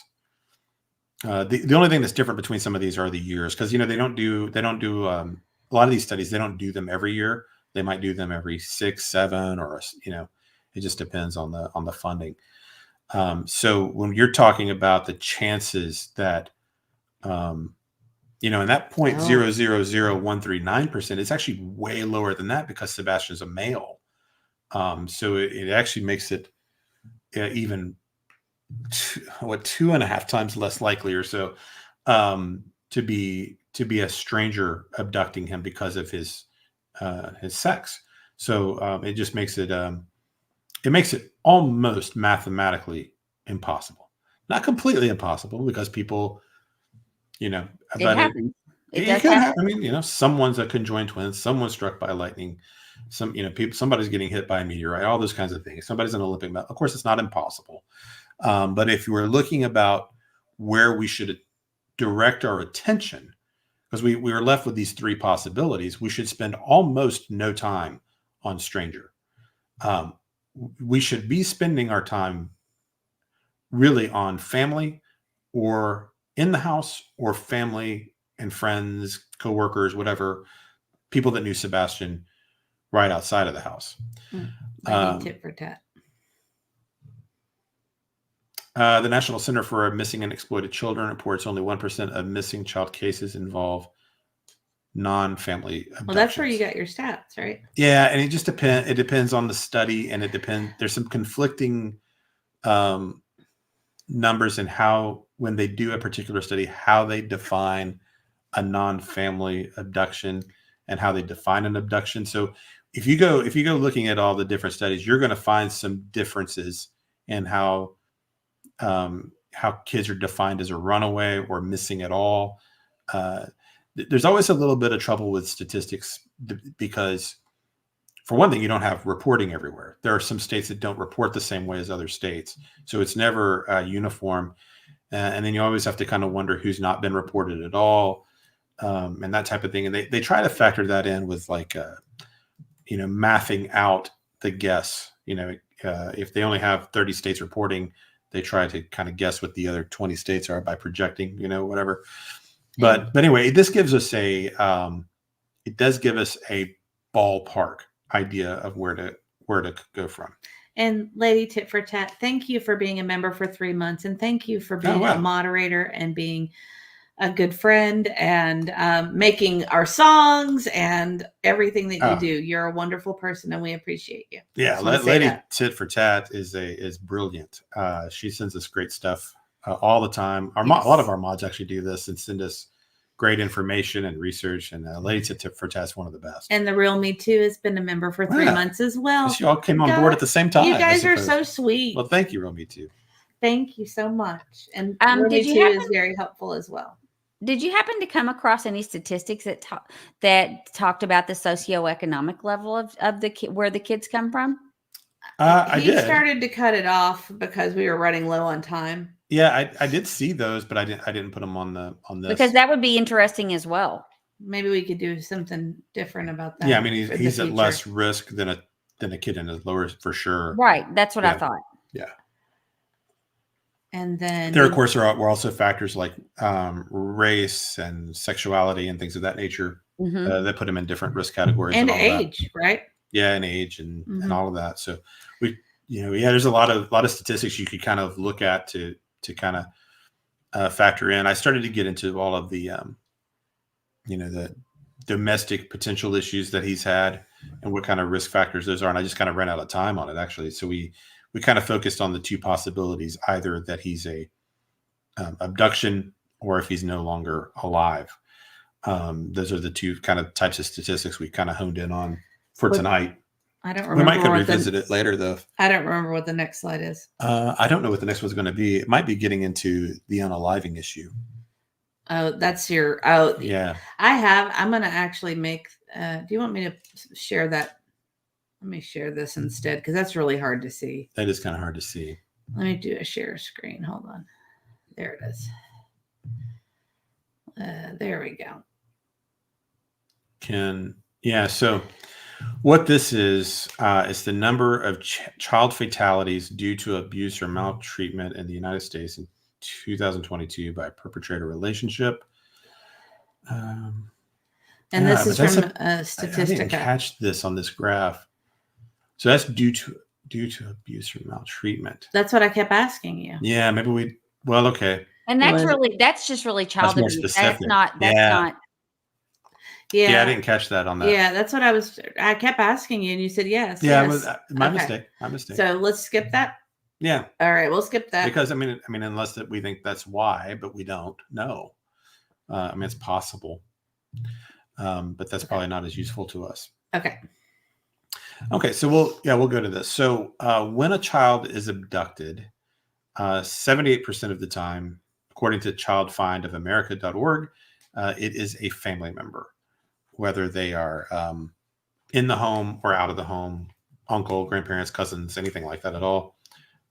This is according to that study. And of course, I did find other ones that have some conflicting numbers. Every study's can be different, but this is pretty close to what a lot of them indicate. mm-hmm. And so if we've ruled out, and I think you can rule it out in the way that you sort of rule out winning the lottery this year. Okay, maybe there's a chance, but stranger is basically ruled out. We at least don't give it a whole lot of our attention because it's just not. It's just extremely, it's extremely unlikely. There's like 20 kids, and I mean, if 81% of stranger danger abductions are girls, then basically you can expect that 19 boys this year will be abducted by a stranger. So the chances that Sebastian is one of those 19 boys is extremely low. So we can almost rule that out. So really what we're looking at is family or not family. But when a child is abducted, 78% of the time it's a family member. So it's almost a 4 out of 5 chance that whoever took Sebastian is going to be related to him in some way. That leaves a lot of people, of course, but that's the odds. You want to do the next one? Well, I guess it's kind of obvious here, but when a child is abducted, 22% of the time it is a non-family member. And this could be, of course, teachers, counselors, people at church. And there's actually a high percentage of other juveniles, which is something that kind of didn't occur to me, but that's actually a big group within this group. Another potential like 17 or 16-year-old or something might abduct another child. Kind of similar to the Trinity Bostic situation we had, that was a 17-year-old that abducted and, unalived that girl. And that's a good point. Cruciana says it doesn't just mean blood related. It means family, someone in that family orientation. Right. So it could be stepfathers, family, etc. Yeah, I think so also. I believe that's how they categorize that also. So, if we're looking at what's left as an option, we basically have a 4 in 5 chance that it's a family member and a 1 in 5 chance that it's not. That's really what we're left with.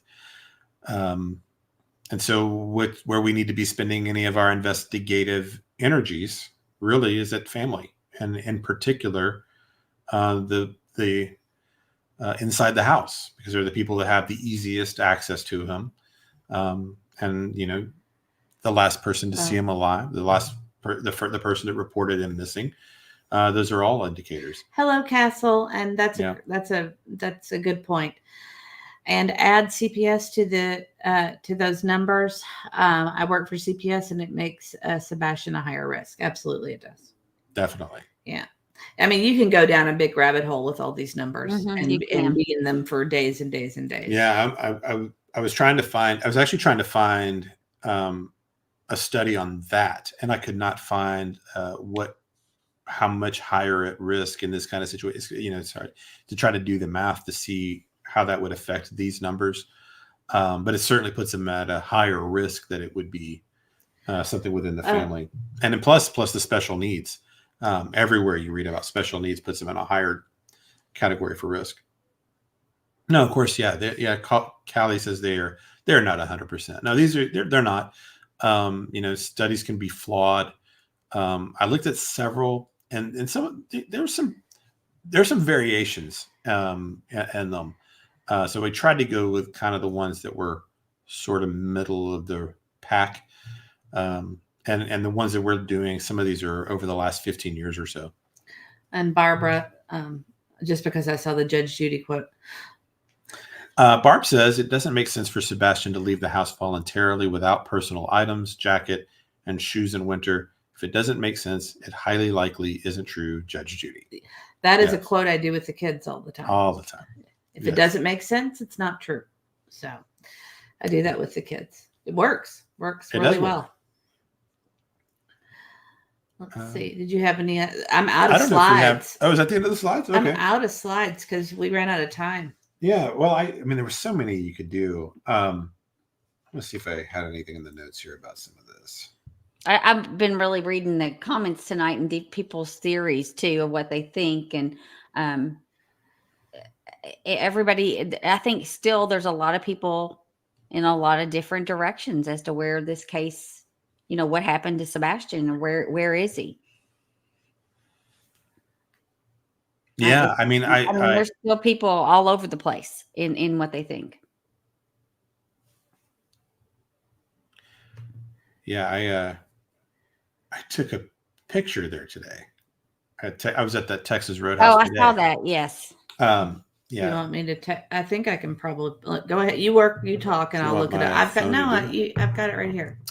Shirley says, in my opinion, Sebastian didn't make it home from Texas Roadhouse. I believe that he was transferred either to CP mom and stepdad or CP sister, and KP staged his stuff in the home. Yeah, I think you kind of have, if you're looking at the family or the ways he could have left, there's basically, I think, 3 real possibilities. One is that he never made it home. He was dropped off somewhere. Mm-hmm. Or the flashlights in the middle of the night, or the car when Katie left that morning, that he was in that vehicle, like in the trunk or something. So seems like the only 3 possibilities left to me. Julie Skolnick is on TikTok and has written a book about death rates of autistic children. She has all research and numbers. She spoke to the TBI. Yes. That's good. Hey Jude sent me a link with her, and it's very, very interesting. There's a good video with that. Yeah, I mean, it makes sense. We've known so many people with kids. I mean, and it's we know that the divorce rates are extremely high, the stress and all of that. So if you're in a home where there's already a tendency to be abusive in some ways, then that's just magnified when you have a special needs kid, I would think. Do you want to tell everybody what your picture is here? Yeah. So this was today. So the Texas Roadhouse that he was last seen. So I was shopping over at that Sam's, and I saw the sign here, and I was like, oh, okay, I'll go get a little picture here. And what a great spot, because if this is the last place that we know of him to have been seen, then I was glad to see the sign there, because you actually never know. What if the handoff happened in that parking lot somewhere, and some employee saw something, or a patron or whatever? You just don't know. But it made it. I thought it made sense to have that sign there. So I don't know who put that up. I'll say what I love about it. Can I say? Yeah. The ribbons. I've seen a couple with the ribbons. I love the ribbons. That's great. Yeah, I know. I know there's a lot of locals putting up signs and such, and we're seeing them everywhere. I've actually seen one of the billboards finally. Oh, did you? Yeah, like maybe I heard 3 or 4 weeks ago. Someone saw one in Las Vegas. Oh yeah. So that's great that it's out there. Yeah, I hadn't seen one yet, but they're blip boards, so they can flip through like 20 or 30 of them, and you just never know. When you drive by, you might see 3 or 4. Okay, Lisa's saying that's a Terry Lynn sign if it's got the green ribbons. Oh, okay. Yeah, I've seen a few of those with the green on them. So, yeah, I know she does a ton of signage. So that's great. She's really good with that. But yeah, I've seen a few of those green ribbon ones. And it's nice because they kind of catch your eye in a way that's different than the, especially when you got elections coming up and stuff, and people kind of maybe don't even look at those kind of signs because there's so many of them everywhere, but the ribbons stand out. So it's a good idea.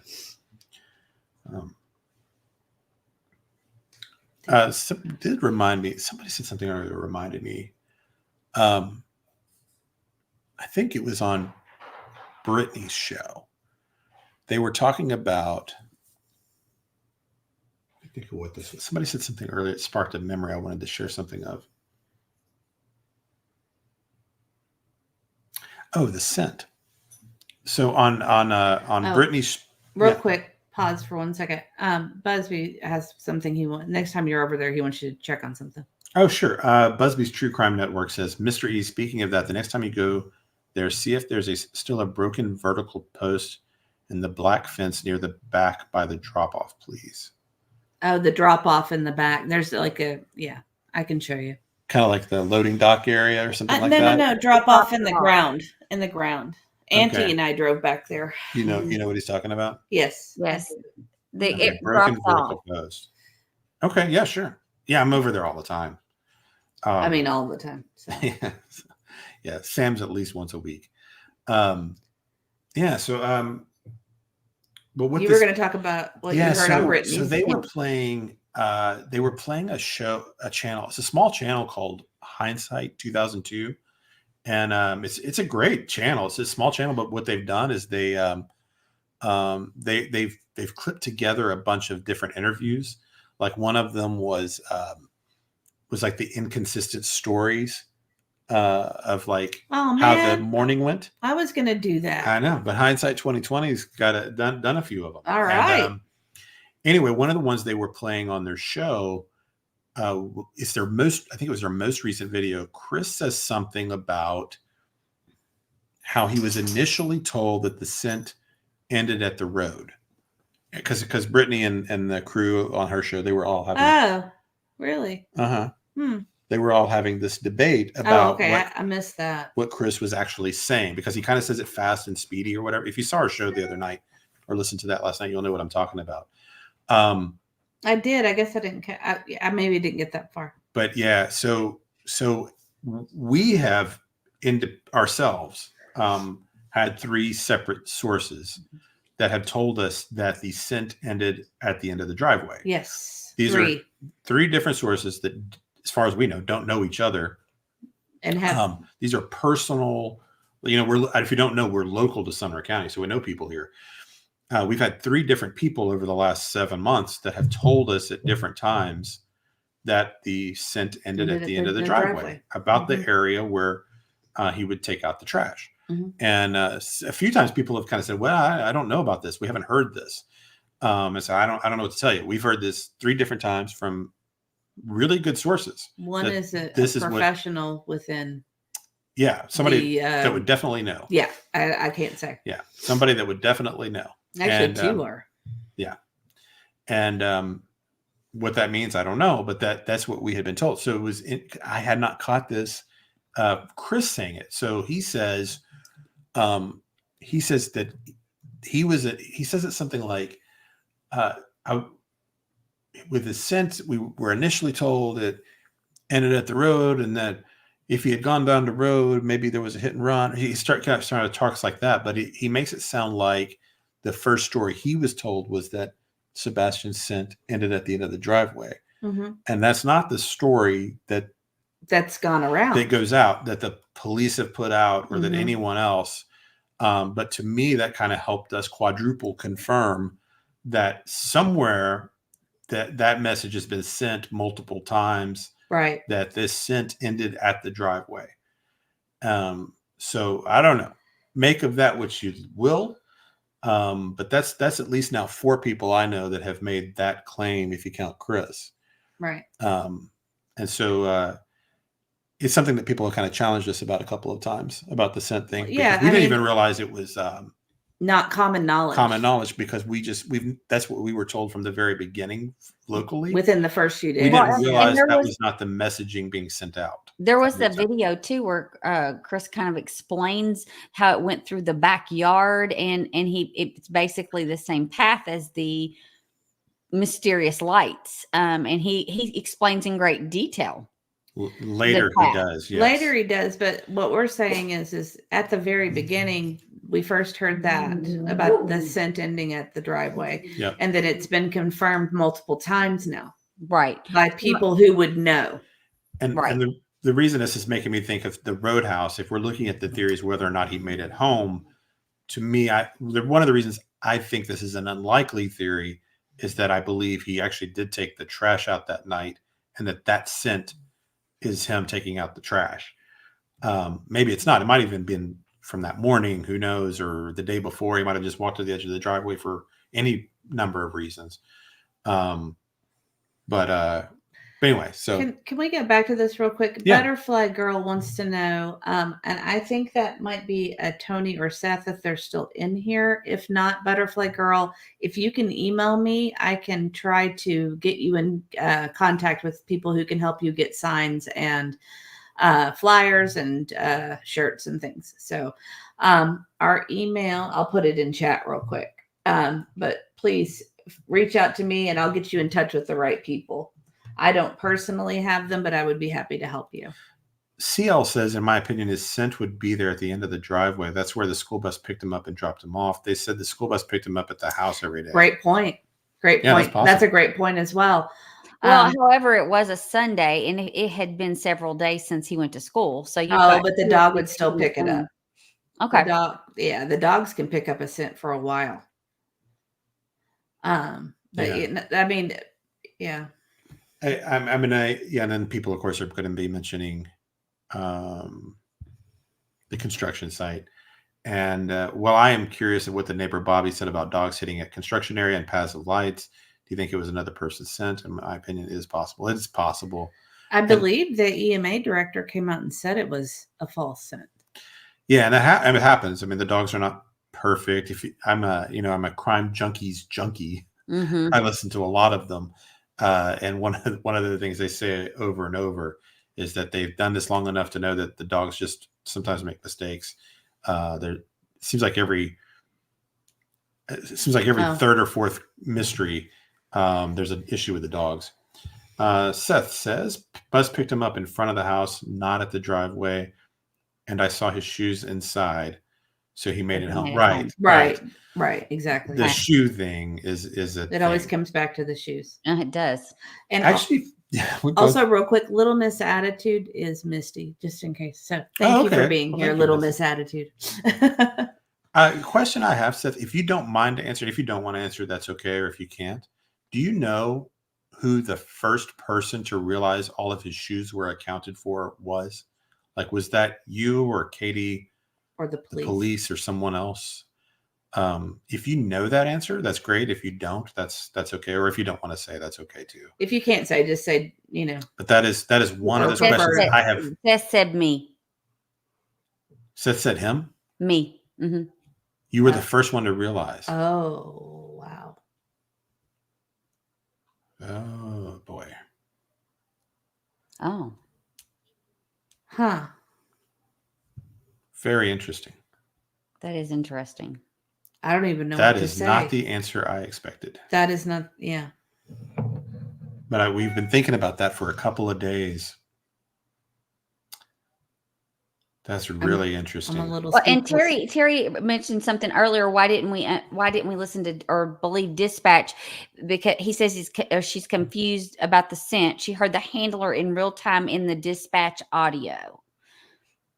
Right. But they can pick up false scents, and if people cross the trails, but also they can pick up scents from other people on. It can be within. If it's my understanding, and I might be wrong, but if let's say a shirt.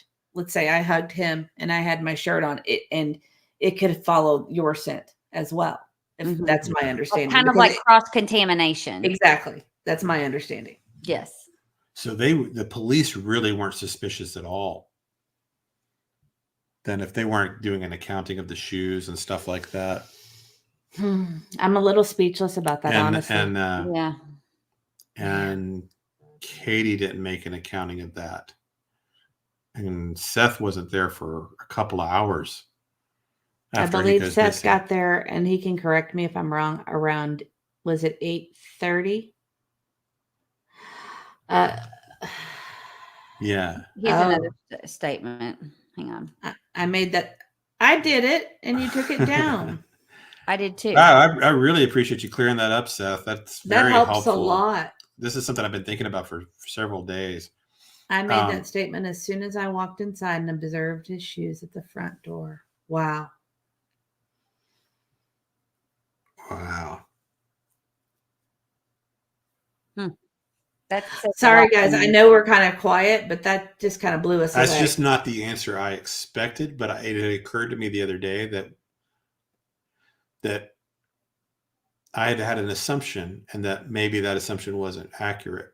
Because my assumption has always been that this is a common question that police ask in those situations, but I had never heard it confirmed.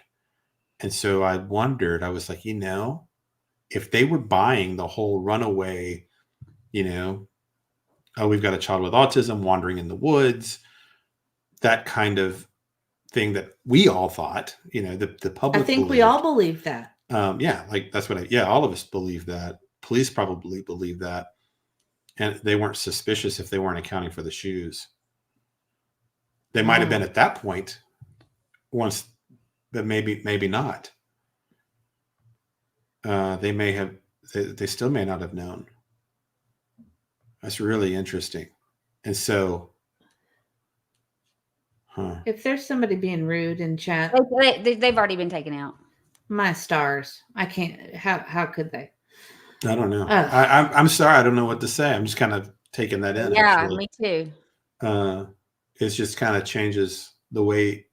Mystic Firefly, I believe Seth can correct me if I'm wrong, but didn't Seth got there before Chris? Isn't that correct?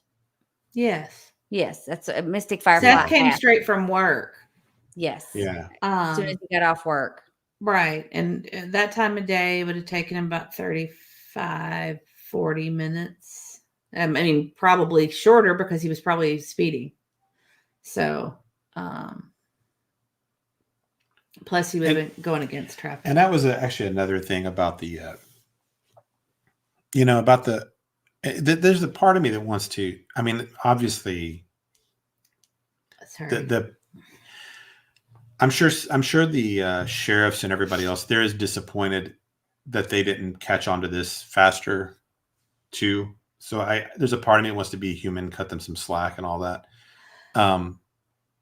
But the odds are that he would be a runaway. All the statistics would point in that direction, that there would not be, the unaliving and the parents being, that it's a very tiny percentage of the time that it's a situation like that. Teen is gone. It's almost always a runaway. It's just this case, it may not have been. What do you look rattled by something? No, I'm just the gravity of it hits me every so often, and I know he's not even my child, but it just hits me and it gets me overwhelmed, and I get teared up. I wonder though. Clear that up. There's a statistic though that we probably should look for is of the children that do go missing, how many of them are autistic runaways? Don't know. I don't know if a study like that's been done, but you know what I'm saying? Something to look into. That would be something to consider. I mean, but would you count elopement? Because we've even had elopement. It was only for like 5 or 10 minutes. Yeah, we called the police on one of them. We called the police on one, and on the other, we made a smart decision and moved somewhere it was much harder, where we could see. Did you want to? I wanted to help real quick with. We can come back to that. So Seth says, yes, I had just bought him a new pair of boots, and Katie had just bought him a new pair of tennis shoes. His slides were still there as well. Okay. Yeah. So I think 3 is the number I'd heard before. 3 pairs. Well, and when kids are growing, they go through shoes pretty quickly. So they probably did know how many shoes he had, because especially that age. Yeah, at that age, yes. I mean, now the boys' feet have kind of evened out, so I pretty much know their sizes aren't really changing anymore. But back then, they would grow overnight. So, let's see. Would you explain this real quick? Amy says, what about the dog that jumped in the drainage ditch and emptying it and all that? That didn't happen. It did happen, but it wasn't following like a trail. it caught a scent of some kind. I'm going to look for that from the EMA Like, it didn't director follow- talking about it. It didn't follow the trail from the house to that retention pond. It caught a scent, which they can do sometimes. Is our understanding, and then sometimes the dogs get confused. I went to, when I was first looking at dog stuff a few months ago, just to kind of see what I could learn. It's pretty confusing, but they say that there are a lot of things that can go wrong. It can be everything from a handler to the dog itself to people crossing the paths. It might be an old scent. There's just a lot of things that can kind of go wrong. So it's possible that it was something, but our understanding is he didn't follow that trail to the retention pond. He got to the pond and then went kind of crazy, right? And then leapt into the water. And the handler Yes. said he'd never seen his dog do that before. Right. Wow. And I to me, wonder, if that body cam footage would be something else to have from that moment. I If there don't was an think we're going to officer, get that. if an officer was standing there, I'd love to see what the reaction of everybody that was in that room was when Seth revealed that. Because that's why the shoe thing is so big. We've talked about it a lot, but it's because people forget about the shoes in those situations. Yeah, Tia Nurse, let's talk about that offline. She says, I'm thinking Julie has all these studies and numbers. She would love to speak with you That guys. would be She's really- amazing. That would be great. cool. Sure. Yeah, that'd be really cool. Sorry, that just kind of threw me. Yeah, War Eagle is saying Sebastian's father. That is interesting about the slides because Katie said she couldn't remember in an interview I just listened to. I remember one where she kind of dodged it. Like she said something like, well, I can't get into the number of shoes, or I'm not going to talk about something like that. She kind of, the one I saw, this might be a different one, that she did dodge that question for some reason. Don Louise asked if anyone done the FOIA request lately or recently. No, I think everybody got deterred because several people tried to get it before, and I believe the letters said they could not provide it because it was an active criminal investigation, and then they walked that back and said, "Oh, that was a mistake." Yeah. Oh, yeah. What? Remember? We all- Has anybody tried since then? I mean, Oh, I don't know, but, I I mean, it's doubt. still I going. mean, it's still going. And then Just Jen said, but Craddock said he wouldn't say he was barefoot. Yeah, he did. I remember that interview specifically. The way Yeah, I he do said, too. we're not saying he was, And Morrigal says, yeah, he was being dodgy for sure. mhm. Oh, sorry. Yeah, and when they're dodgy like that, it always makes you wonder why. Yeah. For Criming Out Loud says another creator filed a FOIA request. I think multiple people did actually for body cams, and they received an email back saying it's a criminal investigation and can't be released. And then when someone questioned, the office called and questioned, they said, oh, that's a mistake. That's my understanding. I might be wrong, but that's my understanding. We do have a super chat. Oh, awesome. RT2Go, if someone took a sleep aid, how could they run away? That's a great question. That is a good Because question. our son has had to have a sleep aid since he was little. And there's when that kicks in, he's pretty tired. Yeah. And he's not going anywhere. Might get up. Actually, this is another thought I'd had. I don't know if I've ever heard anyone discuss it. Okay. But if you have the idea that maybe he was meeting someone on purpose, like an online predator type or something like that, Mhm. how he would have had to have set an alarm or something, right? To know to get up at 3 a.m. or whatever the meet time was, or get a call or a text. That's a good point. He'd have to get message somehow. That's a good point. So what it made me curious about was, did he use an alarm? Like, did he use an alarm on his phone? Did he have an alarm clock? I was always curious too. Was his phone something that he kept in his bedroom with him, or was it something Right. that? No, it was on the counter plugged in. Well, I know it was on the counter plugged in, but was that a normal routine? But if he doesn't have a way to wake himself up, how would any predator meeting him I think guarantee that he was going to be awake at 3:00. I think the only argument would be if someone knocked on his window, but we have been told, or I think it was on one of the multitude, I think it was Nancy Grace, that there was nothing disturbed outside his window. No signs of anyone stepping in mulch or anything like that. Yeah. Well, Callie Dime says unless he didn't go to sleep. Yeah. Well, and Tennessee Nurse also said that it depends on the sleep aid too. Yeah. Yeah. I mean, and maybe, even if he was responsible for taking his own medicine, maybe he just wouldn't take it. So there might be some explanations that you could come up with there, and I'm sure that authorities have looked at any digital clock type of whatever, if he used an iPad or whatever he might have done to wake himself up. And thank you for the super chat, R2Go. I appreciate that. We really do.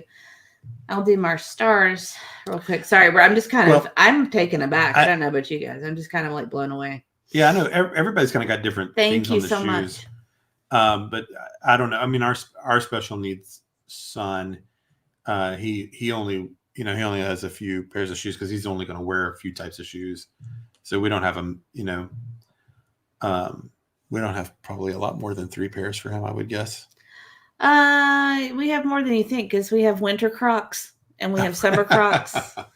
Right. Well, and he's also not growing anymore. So he's kind of got old stuff he could wear. Yeah. He does wear his Crocs out though, but that's one of the things that he used to be a tippy toe walker and we were having to go to occupational therapy and everything else for it. And I had the bright idea to try him wearing Crocs when we were going on vacation, I think. You can't tippy toe in Crocs. Well, it's not just that. You know this. The insides have they're little pricklies almost. Mm-hmm. And so like they're like beaded, like a rubber bead. They give him so much sensory input, he stopped immediately tippy toe walking. Stopped immediately, and he won't wear anything but Crocs. He loves them now. Yeah. I might be able to get a pair of slide-on tennis shoes on him for Special Olympics, but that's it. But he will only wear Crocs now, winter, summer, whenever. But it was totally worth it just to not have the toe walking because the doctor told us that he might eventually, because he was such an extreme toe walker, that he might eventually, the tendon would tighten up and shorten where he would have to have surgeries potentially. And so that's fine. We got to wear Crocs to avoid surgery. We'll just wear the Crocs. And he loves them now, so he won't wear anything else. Yeah. But you know that I think you got him 2 or 3 pair for Christmas last year. Yes. So. Every time I'm anywhere and I see them on sale, I grab them. Yeah. Serenity 72 has given us a super chat for $5. Thank you, Serenity. He said, if he was meeting someone, there would not be a light going back to the house. Oh, that's a very good point as well. Why would we see a light going back to the house if he was meeting someone to escape or run away? That's a good point. Yeah, the light going back to the house is bad. Oh, that's really bad. Zoots and boots, especially as Katie established, she wakes him up for school. Oh, right. So he doesn't use an alarm. Mm-hmm. And that's a point. We're solving some stuff here, guys. Yeah. Well, I mean, we're asking some new questions. Yeah, right? Asking questions. That Seth thing, I did not expect that. I really thought he was going to say Katie or the detectives. I don't know if it's. I think it's Nicey Marie, but it may be Niecy Marie. She said, "I hope Ellie will do the phone steps tracking where the phones was doing in the house as well, just like FL did on SS Case. Hope TBI thinks that far ahead." I'm going to put you up here because I know what you're getting ready to talk about. Your favorite. Well, I will tell you, in the Alex Murdaugh case, that was the thing that made the case fit together absolutely perfectly, was the phone data, the forensics from the phones. And it took a long time for them to get it. It took them almost a year to create the phone for the son, for the mom, and for the father, and where they were pinging off of, where they stepped. But they literally could create a timeline of events based on the phones and what they were doing and when they stopped moving. It was amazing. So if you ever are bored in the middle of the night, you can look on. It was a Fox station that's a local station there, and they covered every juror, every jury day that they had, every deliberation day, and every day that they had the people testify. And one of them was the forensics on the phones. And that's the thing that I've said it this whole time. All they need is that to be able to track what was going on that day, that night, and to know where the phones were. And so that's Especially one if of they those have things that, geofencing, you know, yeah, they we can could see find it everybody so around. easily. Yes. Do you guys think that maybe CP wasn't allowed in the house, but still came home some and stayed with CB or any other family member, and then uses one of their vehicles so he's not seen at the home? Oh, like that night. Oh. That's it. That's a good theory. And Can True Crime is asking if has forensics been done on the home? We've been told there have been some forensics done, but right? That was Nick Barris that came out with that. He said 10 times that it had been searched. Now, but he said in one of his things a while ago that he had confirmed forensics had been done. Do you remember that? Yes, and I am. If you, but we don't know what. This is maybe 2 months ago or so. I talked about it on one of our streams, but I met a lady. She was she worked crime scenes. That's what she did. She would be the person in there doing the fingerprinting and the luminol and the whole thing. She was from Miami, and she had been on that job for 8 years. And I had just met her. I'd been talking to her for like 10 minutes or so with her and her husband. And I asked her if she knew the Sebastian Rogers case. And I explained to her a little bit about our channel, what we were doing. I said, do you mind if I ask you a few questions about how this actually works? Because we've had some questions about this, doing forensics. And she said, sure. And I told her the kind of Cliff Notes version of Sebastian's story. And she said, I said, how would this have played out? Would it have been treated as a crime scene right away? Or how would forensics work?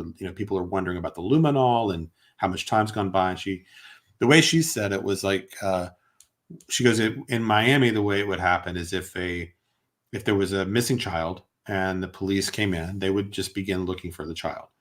And she said that they would treat it probably how Sumner treated it also. And then she said but as soon as anyone got an indication that there might be foul play, if the parent acted weird, if they noticed something broken in the home, any kind of evidence that there might be any issue at all, that point the police would clear the house, close it off, and treat it as a crime scene.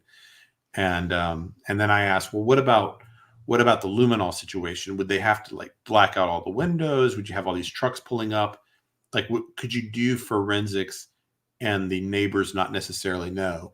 And she said it actually kind of just depends on what they're doing. She goes, luminol is not like you see in the movies where you just go and spray a whole house with it.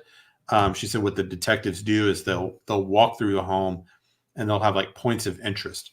Like, if maybe it looked like the kitchen floor had been bleached or something, they would drop a little tag there. Or if they saw what looked like maybe blood droplets on a wall or in a bathroom or something, they might tag each one of those or something, or any objects or blankets, whatever it is, that they would do that, and that those items would be sent off and tested and all of that. But you wouldn't just go spray the whole house or whatever. It would just be areas that the detectives thought were of interest. But anyway, that was how that lady described that all to me. I haven't mentioned that in a while, and I know we've got a lot of new people, and so that was interesting to me. Hi, Don B. Hi, Don. Hope you're doing well. Yes, good to see you're doing safe. Hope things are getting a little better under control for you up there. Don says, why were the police doing forensics in the backyard but not the front? Yeah, I think the flashlights are authentic.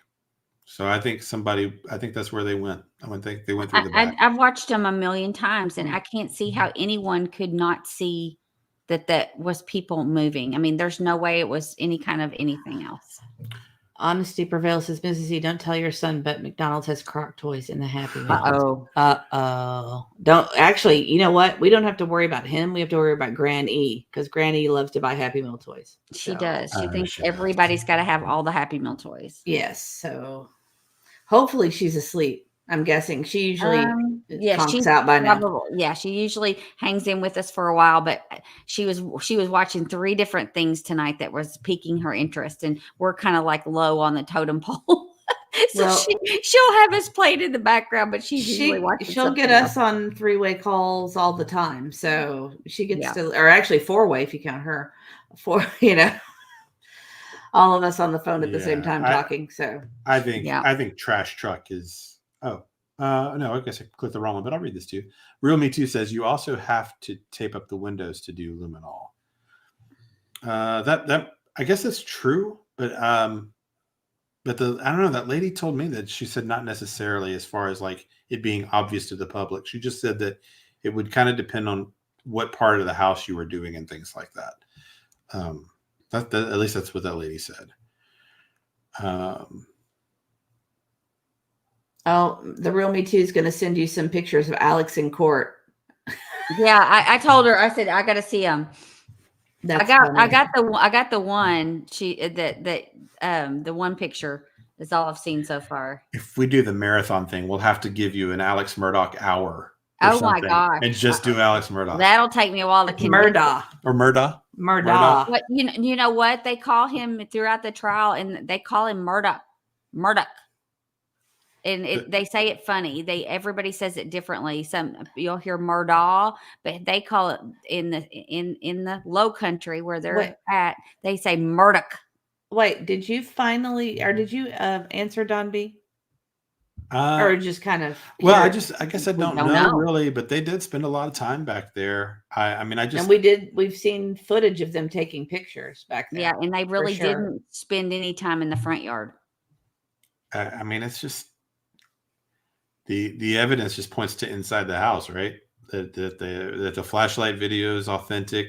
I don't know about the jammers. I'm not 100% on that, but I think the person that took them went through that backyard area. That's what I think at this point. I think that was the path. And Mob, I keep calling them Mob Rule. Mob Crew has been doing some really good. They're continuing to work on that, and I believe he got some new footage. He actually had one, I think last night. I think he was on last night with some more things. He did some reversing and flipping of his video so that he could. Whoa! No kidding. I have Adobe Lightroom. For criming out loud, if anyone has Adobe Lightroom software that will clear up the light video, Ellie uses that program to clear up grainy surveillance videos. Well, I have it. I have it for another. For my job, so. Oh, and Ginger Bell gave it oh my gosh, 5. I'm behind. 5 memberships. Shocker! I'm behind in chat. Thank you so much, Ginger Bell. And then looks like War Eagle did too. Oh wow! Oh, thank you, War Eagle. Thank you, Ginger Bell. I'm going to give you both a thank you at the same time. Thank you guys so much. You guys don't know how much it means to us. That's very sweet. Thank you so much. We don't expect it, but when you guys surprise us with this stuff, it does really mean a lot to us. Thank you guys so much, really. Yeah, that's awesome. Very nice of you to do. And then that one was horrible. Thank you both. Lady Tit for Tat says trivia night's going to be lit. Oh, I know. Hey, we need to put some pressure on Aunt E to finish these questions because I will work on them. I will be going away soon, and unless we figure out something else, we're not going to be able to do it right away. Callie asks, who first dropped that flashlight video to the public? The first reporter that had it was Nick Barris. Was the original video, and that was sometime in I think the second week of March, right around that time, right before the second Duchess interview. Actually, was it a few days ago? Betty did a breakdown of that, of like how the interviews changed and everything. Oh, that was so good. That was really good because she's right. I never thought about it, but she's right. It was a marathon session. She was on for like 4 hours. That's my favorite. when Yeah, but she's she like was digging fact, deep. fact, Uh, fact. Yeah, Yeah. Yeah, I like the- digging deep. Yeah. I like when she does those too. That's my favorite. Mhm. I also wanted to say if anybody got a gifted membership from War Eagle or Ginger, Ginger Bell, sorry. We have so many gingers. Ginger Bell, please tell them thank you and give them a virtual hug. That was very sweet of you guys. Sorry.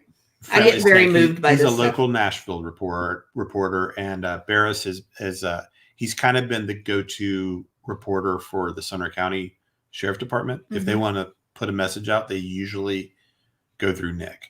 And So, you can usually find his videos on YouTube as well as his Facebook page, but it's BERIS. ES, I think. No, No, BERES. BERES. I was looking at her BRIS. Yes, BERES. Sandy's got it right here. Yeah. But yeah, so he's a longtime Nashville reporter. Yeah. Been around for a Oh, while. and TN Nurse became a member. Welcome, TN Nurse. Thank you, TN Nurse. That is so sweet. Yeah, so the trivia night, somebody was saying trivia night. I was like, yeah, that's what we do. That's our way of kind of giving back to the members a little bit to say thank you. So we just do like a true crime trivia night that's private. Welcome. And we have fun. So we're supposed to do it by the end of September, but it's probably just going to be. I'm waiting on Auntie. We're just waiting on Auntie. So maybe it's got to be this week. Blame it all on me. I've been gone. Well, you're back And now. I was, And you have a lot less to deal with than we do. Yeah, I know. I left this morning though, and Granny is thinking we need to stock up on stuff because of this longshoreman strike going on, and so she made me go get toilet paper, paper towels, paper plates, you name it. We were loading up, and we were out all day, trying to get all of our stuff, and she still has a list for tomorrow. So, whew. Friendly Snake. It takes about 25 minutes to get downtown from their house. Oh, no. From their house? Yeah. No. I would say 35. Well, you would know better than I would, actually. Sorry. He knows better. I don't know. It'd be about 25 minutes from there. Well, it's because I've done the Waze thing because of Seth. I wanted to see how long it took to get from the jail to their house. And it was 27 minutes. Before we had the time cards. Yeah, because I just wanted to. Well, actually, I was just. When we were just doing the logical argument against the possibility that he could get there and back and, all that. Oh, this is a good. Hot Wheels says, apparently they have a new chemical like luminol that doesn't need to be blacked out. I've heard that too. I have heard that too. And then Kim French made a point. She said she didn't think it was flashlights; it was cell phone flashlights. And if you watch Mob Crew, he actually does a comparison with big flashlights, small flashlights, and phone flashlights. And he to recreate the look, it looks like a phone flashlight is what it looks like from a phone. Interesting. Yeah, And it was a really interesting video. Yeah. That I always say flashlight, but I kind of just mean it interchangeably with whatever light source is what you mean. Yeah. TN Nurse says, I thought I was already family. Oh, I didn't even realize. Well, you are in Mr. E's eyes. I'm just kidding. I'm just teasing. Aw, sweet tea.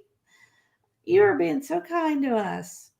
Thank you so much. We appreciate you. That's awesome. That is so sweet. Oh, I'm going to give you some stars. How about some confetti too? Whee! Okay. Yeah, who knew we were going to kind of have the breaking news tonight with Seth being the first one to notice the shoes? I've had it in the back of my mind for the last half hour. I don't know if that's breaking news. I think that you guys, he's probably talked about it before. He may not still be here. But I think that there's just so much information. It's hard to hold on to all of it. Yeah, maybe it is because I haven't gone through all the Pascal stuff and things like that. So maybe he's mentioned it in the past. The chat was surprised by it. I definitely did not know it. I don't think anybody's specifically just asked that question. I think it was just posed in the correct way. That Mr. E, what does the blue face by my name mean? It means that you are a member. Welcome, April from Illinois. Oh, it does. You might have been gifted a membership and didn't know it. You were probably gifted a membership, and that means that you get to participate in our trivia night. So, yeah, the little blue face is kind of like a little detective face. So, and you get emojis, and we have a Discord, and we have fun. We have a good time. I know. So Seth being the one though to notice those shoes, right? I'm super excited. I saw it's our anniversary. Well, happy anniversary! Thank you. That's awesome, Alicia. That's so cute. What a great way to say that. Well, we appreciate you. Thank you so much for being a member for a month. I'm surprised anybody's watched more than one video, so I get really excited when people stay around for a month. So the sheriff or whoever, the sheriffs and officers, whoever's there. I just got a face one too. asked Whoop, that whoop. question. Sorry, And that's then- funny. I know. Katie, so the look on her face, right? When Seth realized and mentioned it. Oh, I would love to have seen her face. That's what I'd like to see. I'd like to know what her, be able to, I mean, you can't, but I'd love to know what her reaction was. Because that's the thing is if the shoes, that's what people forget, it's the shoes. Mm-hmm. So if that was the moment that she realized, oh my gosh, we forgot the shoes. his shoes. Well, And a couple then people how did that don't know what he conversation- said. A couple people are asking what he said. 1 second. Alicia gave us an anniversary present. She gifted one Mr. East Crimecast membership for the Crime Dogs. Thank you so much. You're so sweet. Okay, sorry. Because they probably didn't. And if you got that, please tell her thank you. I mean, this is going with the theory that Katie was involved. Some people keep asking actually what we're talking about, because people kind of come and join. Earlier, maybe 30 minutes, an hour ago, Seth was in the chat, and I don't know how we got talking about it actually, but I'd had this question about who noticed the shoes, and it had occurred to me that maybe it was Seth. I'd always assumed it was the police that asked, but that I realized a few days ago that was an assumption I had made and not something I knew for a fact. And Seth was in the chat and being, answering a couple of questions. I said, hey, if you don't mind me asking, do you if you can say who noticed that the shoes were gone? And he said it was him.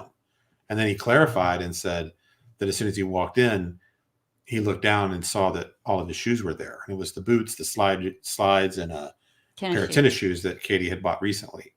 So the reason that that's so significant to me is that means that the police really were not thinking at all that this was anything other than a runaway. They completely bought the runaway, wandering off kind of scenario, because they weren't asking the typical questions you would ask if they were suspicious at all. It means they bought it hook, line, and sinker for 2 hours at least, and then Katie didn't bring it to their attention either. She didn't say, hey, look, his shoes are here. He must be barefoot. But don't they say in the dispatch that he's barefoot? They do in the dispatch. We might need to just go. I mean, I hate to say it, but I think we got to go through the stuff again. So they do say, though, that he's barefoot in the dispatch. I think they say that in the dispatch. I don't remember what time it was. And someone's asking how Nick got the video.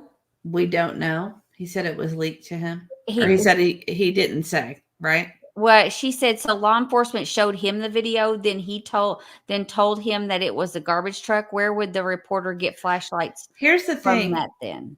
I have never seen Craddock come out and say it was a garbage truck. Have you guys?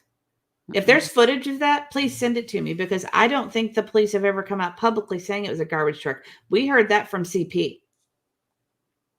Yeah. I think Seth also said it too. But Seth said something like he was told that or something. Initially, I believe it. I mean, I don't know. Correct me if I'm wrong. But if you've got footage of Craddock saying it's a garbage truck, now there's footage of Craddock saying it's of no evidentiary value at this time. Mm-hmm. But there's not him saying it's a garbage truck. Not that I'm aware of. If there is, please send it to me. So Milzak is saying dispatch was later, wasn't it? I don't know what time that part of the dispatch was. Yeah, But I somebody said remember them that- talking about that area and seeing a footprint or whatever. We don't. The- Well, know. if they've got the Someone dogs said and that- everything, it would take a Yeah. little time. someone said that the dispatch said he shouldn't have any shoes on, was what they said. Yeah. But I don't know what was first. But you're saying that the dogs wouldn't have been out there in 2 hours. Well, I mean, I guess it's possible, but what I mean is that I guess you know what I'm saying. The dispatch audio, there had to have been more. Well, you know what? There is somebody who pieced it all together, though. Yeah. To say the moms that wait, the moms at the house. It's hard to say. Yeah, I just don't know exactly what time stamp, or you know what I mean. Like exactly. if it was all spliced together, I don't it could know. have had a gap. Yeah. Well, anyway, it's interesting. If that was the first, And Tennessee nurse said Bobby said that the neighbor leaked the video to Nick, and I do believe she did talk about that. I remember her saying that. But it wasn't verifiable other than it was her saying that. yeah. Oh, okay. I didn't know this. I was gonna since you sorry. call. Oh, sorry. Go ahead. No, that's okay. Like 5 people hit it all at once. I didn't push anything. My That was hands me. aren't on the computer. Rogue says, I know Craddock was upset that the flashlight video was leaked. You could read his facial I expression. agree with you 100%, Rogue. Yeah. Yes. I had the theory that the police leaked that, and I've rethought that, and I don't think that's the case anymore. So I'm taking back that theory.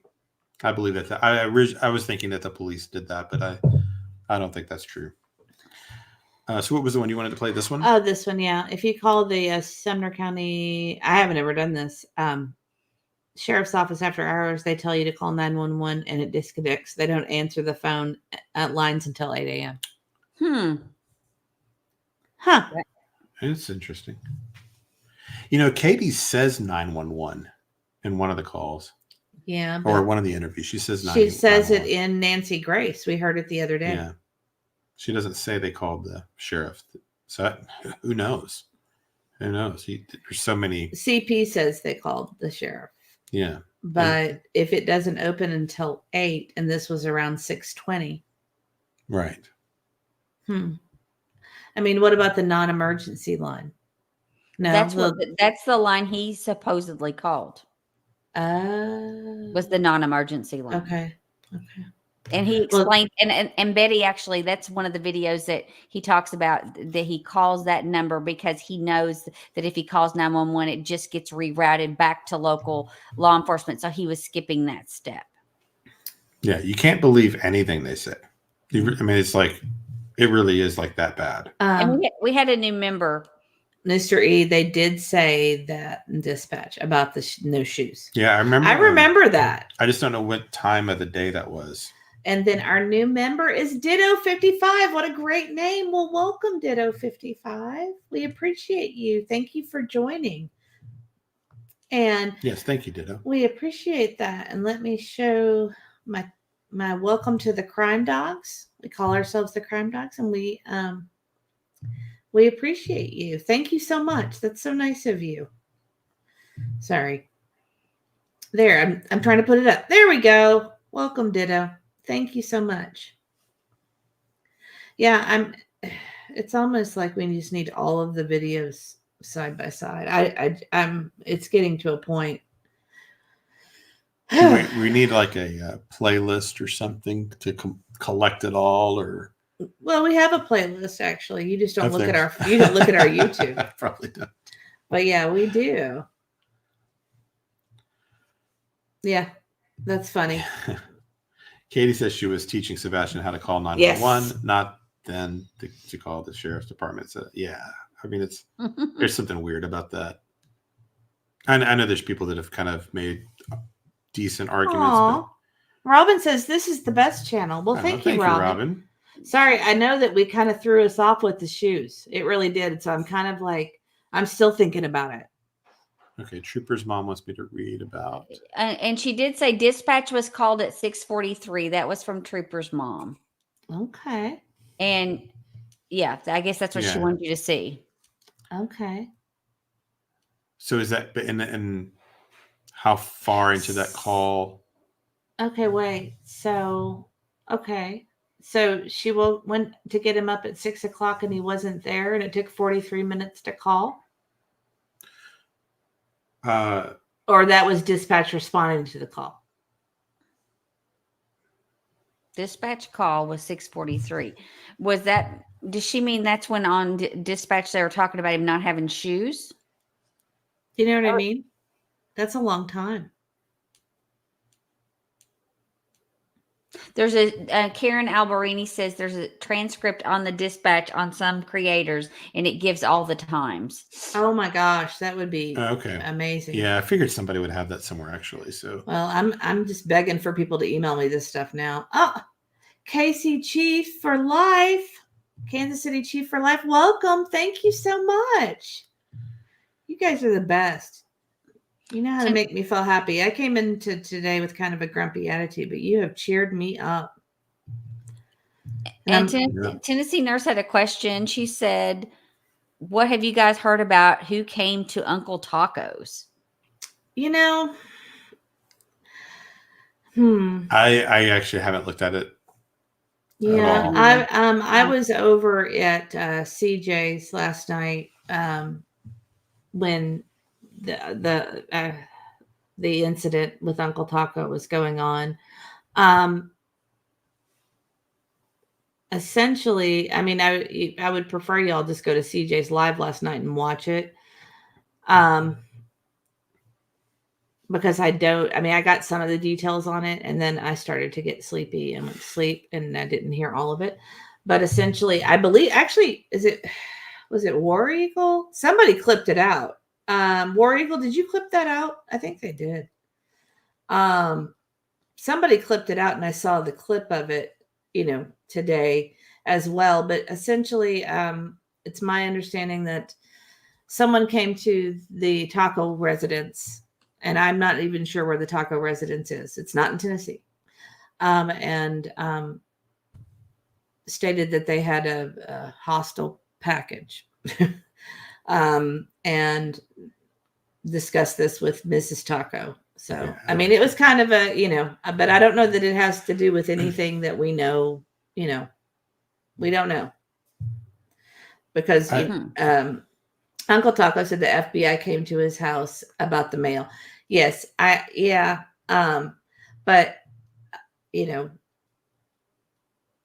I know everybody wants to talk about Uncle Taco, but I don't think Uncle Taco is relevant to.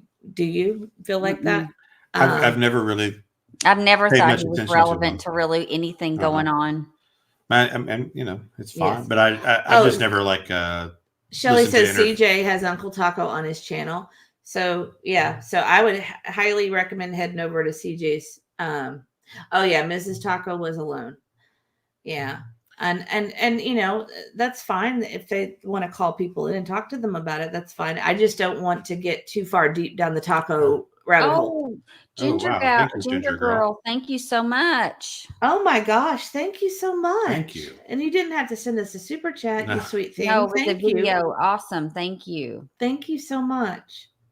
That will be helpful. And then we have another new member. Tired as a Mother. What a great name. Thank you, I have a shirt that says that. Thank you so much. Welcome to the Crime Dogs. And thank you, Ginger.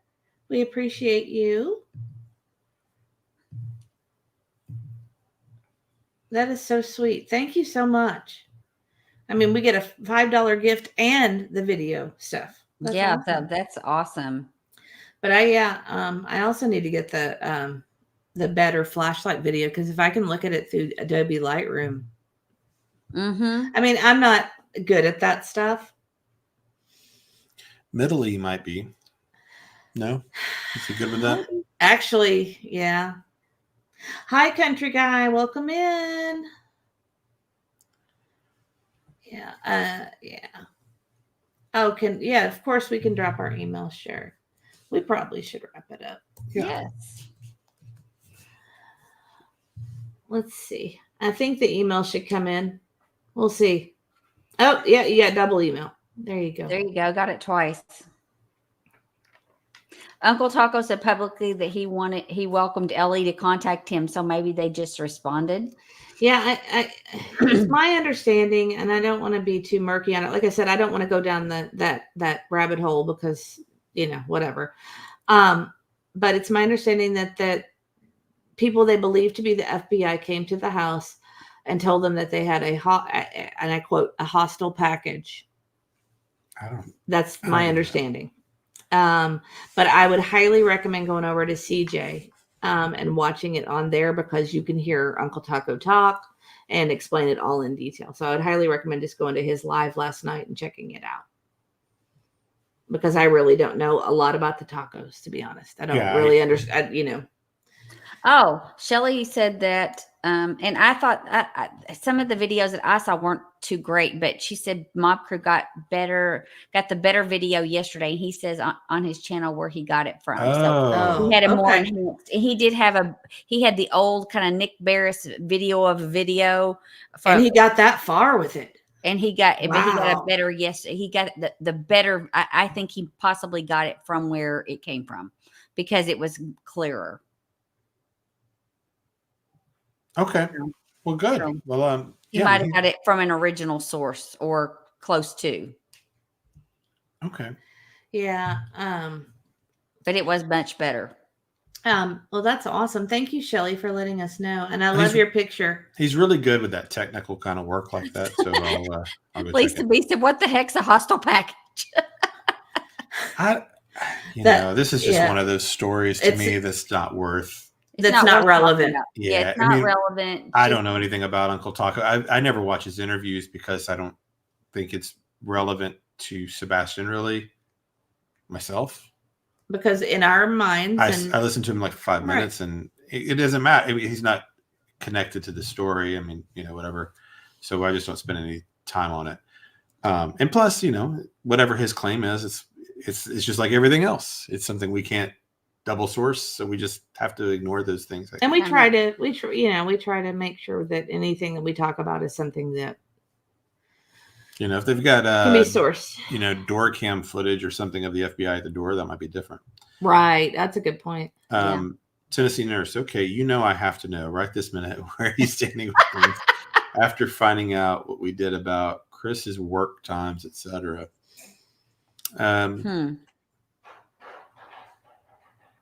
Well, I mean, I'll tell you before that, I would have said Chris was in Memphis the whole time.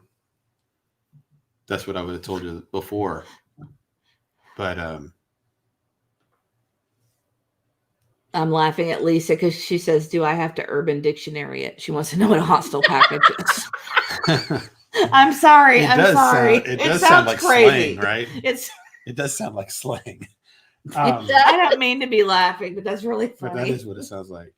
It's not urban slang. It is what he stated on the show.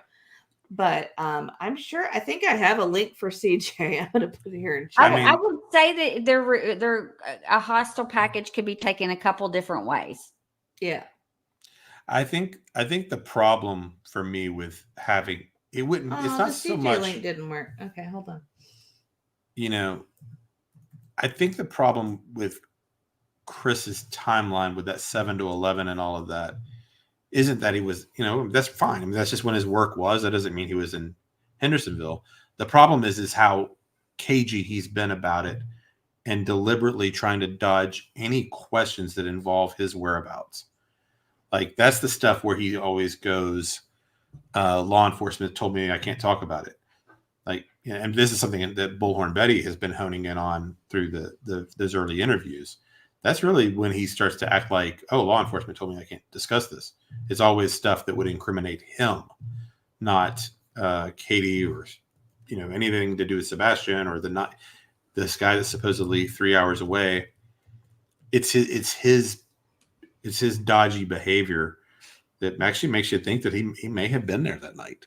Well, and I like what Shelly said. She said, I never thought a CP was in Memphis, especially after Lore Lodge said what he did on his third video. And he in the Lore Lodge video where he's answering questions and stuff, he does say that he thinks there's definitely a window of time and opportunity there. And I thought, and I thought that also was kind of key information. But I'll tell you what's bothering me is if he was let go from work at 11 and he was here, and I believe around 1:45 at the latest. Do we know that? mm-hmm. I think it I'm was pretty 1:30 sure we know 1:45. that. I'm pretty sure it's How do we know 1:45. that? I believe Seth. Okay. So that doesn't give you a lot of time. I mean, he could have been Especially- flying. I guess. I just think that's interesting. Yeah. I don't know. So I think it's something to look at. Yeah. Although BHB has said that there's back roads that are supposed to. Well, I just thought what Silver said. I just started a child up. I'll have to be right Yeah, back. somebody is. What Silver said after his discussion was that the fact that he was distracted and was asked to leave work, that to me showed that he was either uneasy and he was uneasy or just like upset or couldn't focus because of events that may have happened, or that Exhausted. he was exhausted and was losing focus. And you're an operator of a crane and you've got steel beams that you're putting in place, things like that. I mean, that requires precision and attention to detail. And even the smallest lack of concentration could kill somebody. Oh, sure. And for them to let him go, to me, spoke volumes about either what happened prior. It spoke to what happened prior to that morning. I mean, something happened before that to cause this distraction. What did I miss? Oh, you mean him driving through the night? Yeah, That either really that yeah. or something else he did as well as being up all night doing, Are you speculating? Is that what's going on? Yeah, we're speculating. I'm saying that the fact that he was asked to leave work, also the fact that he was called and took care of the problem that morning by calling the police and getting the three-way call, and still continued to work after there were people there to replace him. That was all verified. One thing it did line up for me too was that whole phone call where he pretends like, wait, hold on, let me switch to like he did that whole pantomime thing. It felt so phony and oversold that I never believed that happened. I didn't know why that was a lie. I just never believed, because he was so overselling it, wanting you to really visualize him working with these like ear things. And this is I just don't believe CP that. kept saying we wouldn't be we. And I'll tell you, the thing that hit me is we were listening to Chris and or CP and KP on a panel show together, and I think it's the last time I heard them together. And they said when CP is there, the dogs are put away, but when it's just KP, the dogs are out. But that night, he tells her to put the dogs away, and she does. So what about the phone call? What about they would? I mean, they're smart enough to know that phone call, they're going to know if it's in Memphis or not. I think I don't know. I think his phone could have easily been there, and they could have. He could have initiated the call, laid the phone down, took off to Hendersonville. But they would know that too.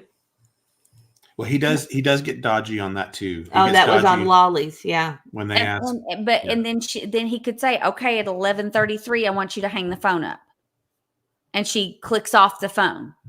But I guess what I mean is, if he were dismissed at work at 11 and got home by 1:45, then there's a shorter route that he's taking. But if you were doing that for the alibi, why wouldn't you just leave the phone on until like 2?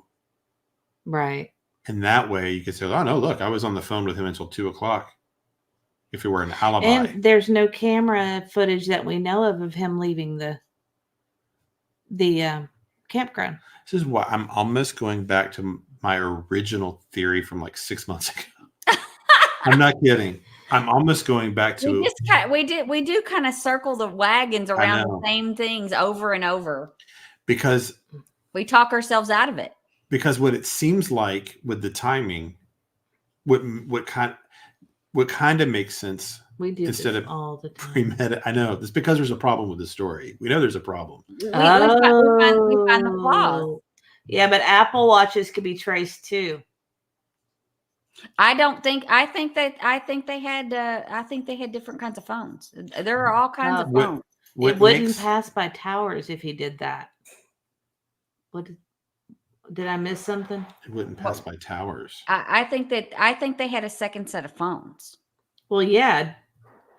Yeah, but I guess I mean, if it was planned, this is why I think it may have actually been an accident of some kind. Well, we Which go is back to originally that. what I We thought. go back to that. You know, we've been all around it. But if it was an accident That's or a an good point. unplanned unaliving, That's to a me, good what point. intuitively does make sense. Okay. Ellie hasn't confirmed he was in Memphis. They've just said they've been vetted, staying at his mom's house. That could be vetted, but he don't want us knowing that. He wants us to think he's in Memphis. I mean, yeah. I mean, that's a good Maybe point. he doesn't ever say it directly, does he? Uh, You'd have to go back and look, wouldn't you? Because he plays the semantics We're gonna have games. to start over again. He plays the semantics games. Does he never actually confirm he was in Memphis? That maybe not. Maybe he doesn't confirm that. That's interesting. Well, that would change everything there too. I think there's murky details about the length of the call too. That's another thing. It's been everything from 2 hours to 3 hours to 2 hours and 15 Well, minutes. I think you go by the original. You go by the Duchess. That was the one where he said like 9:45, 9:47 to just before midnight. Even if he says in an interview he was in Memphis, that doesn't mean he was. Well, No, I'm talking about the timing. Criming Out Loud said Nancy Grace asked him straight up, and I remember her saying that. Were you in Memphis? I mean, you know how she can be. I believe she does ask him that. They ask him a lot of things that I wasn't sure he about. does say that, but he also told her that he would take a lie detector test, and he lied about that too. The polygraph, and he wouldn't do that. Mm-hmm. So he's not afraid to lie to her. But okay, so what if he wasn't there at all? I don't know what I said, but thank you, troopers, Mom. People who don't agree with me, thank you. I know, we're just kind of brainstorming. I know, and actually, this is funny because this is how this all got started. Is that we would do this all the time. I mean, for our hours. entire we met for vacation this summer, and we had a whole entire motive, means, opportunity. We had it all worked out, and then of course we were wrong. So somebody wanted to know if we were related. Yes, we are. Who asked? Just to RN, it says, Auntie, are you related to Mr. or Mrs. E? Just you curious. can tell them. Yes, we are sisters. I am Mrs. E's sister. That's why we bicker. We won't tell you which one's older. I will.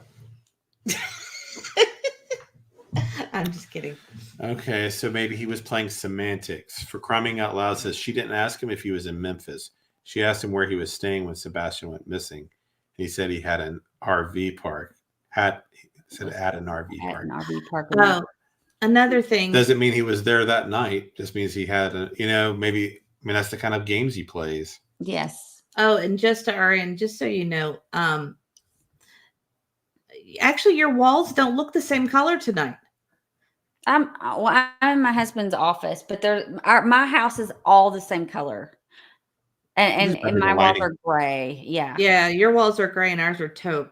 But we have similar tastes because we're sisters. Yeah. So Lisa he said he had been staying in an RV park, not that he was there that evening. Yeah, it's always our fault for not asking the proper question. Right? I find that in a lot. Could that be what Seth meant when he said that on Dolly? Is that people aren't asking the right questions? Maybe. That's a good question. That's a good observation. You know me. I come out with some good ones every so often. Oh, thank you, just to RN. What'd she say? Good, thanks. I kind of figured that you're both beautiful. Oh, thank Super you. nice. Thank you. Yeah, someone was asking what the theory I had a long time ago was that it was an accidental, unplanned unaliving of Sebastian. That was a long time ago. What I kind of thought was when we started the channel, at least that's what I was believing. And then because to me it would make sense that you get on the phone at 9:43 with some kind of call like, "Oh my gosh, you're not going to believe what happened. I don't know what to do. I'm going to go to prison." Whatever the reason was, a shove, knocked him down, hit him in anger, and something terrible happened. Whatever, something like that. And but unplanned, and that they would be on the phone talking it through. Yeah, for but like 2 hours, and then but gets off you the did. phone. Yeah, but then we go back to the weekend of fun, and Yeah. I mean, we start to circle back. We just circle back to the same things, and it just leads us into this big. Yeah, but unless that day of fun just isn't, just happened to be a good day, maybe, or exaggerated, or There's no coincidences. Well, Stormy WX asks, how do we know Silvers has the correct information? We don't. But we do have 3 independent sources that have the same information, and Silvers is one of them. Yeah.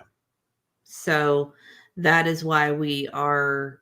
We tend to go with it after we've gotten a couple 3 sources with the exact same information that aren't related to each other.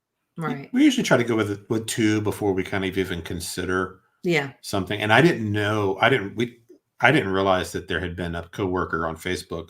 I remember it.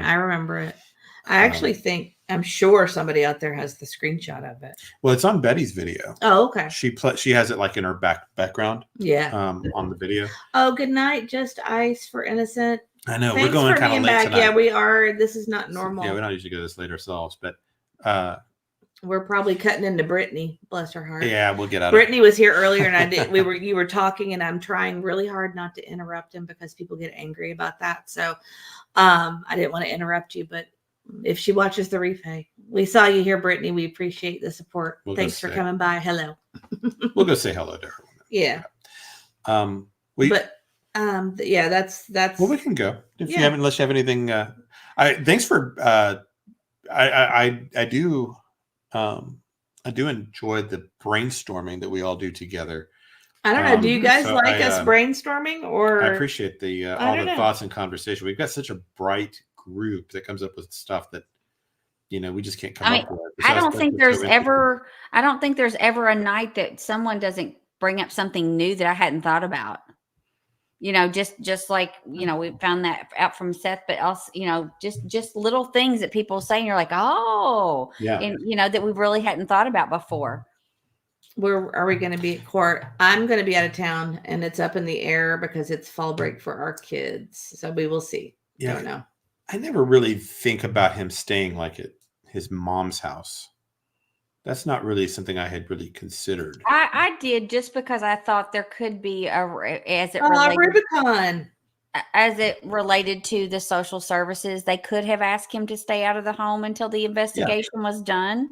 That could be something that is done. I've heard it done before. I've seen it done, in my past. I know that they do that. So it's possible. And it did make me think that.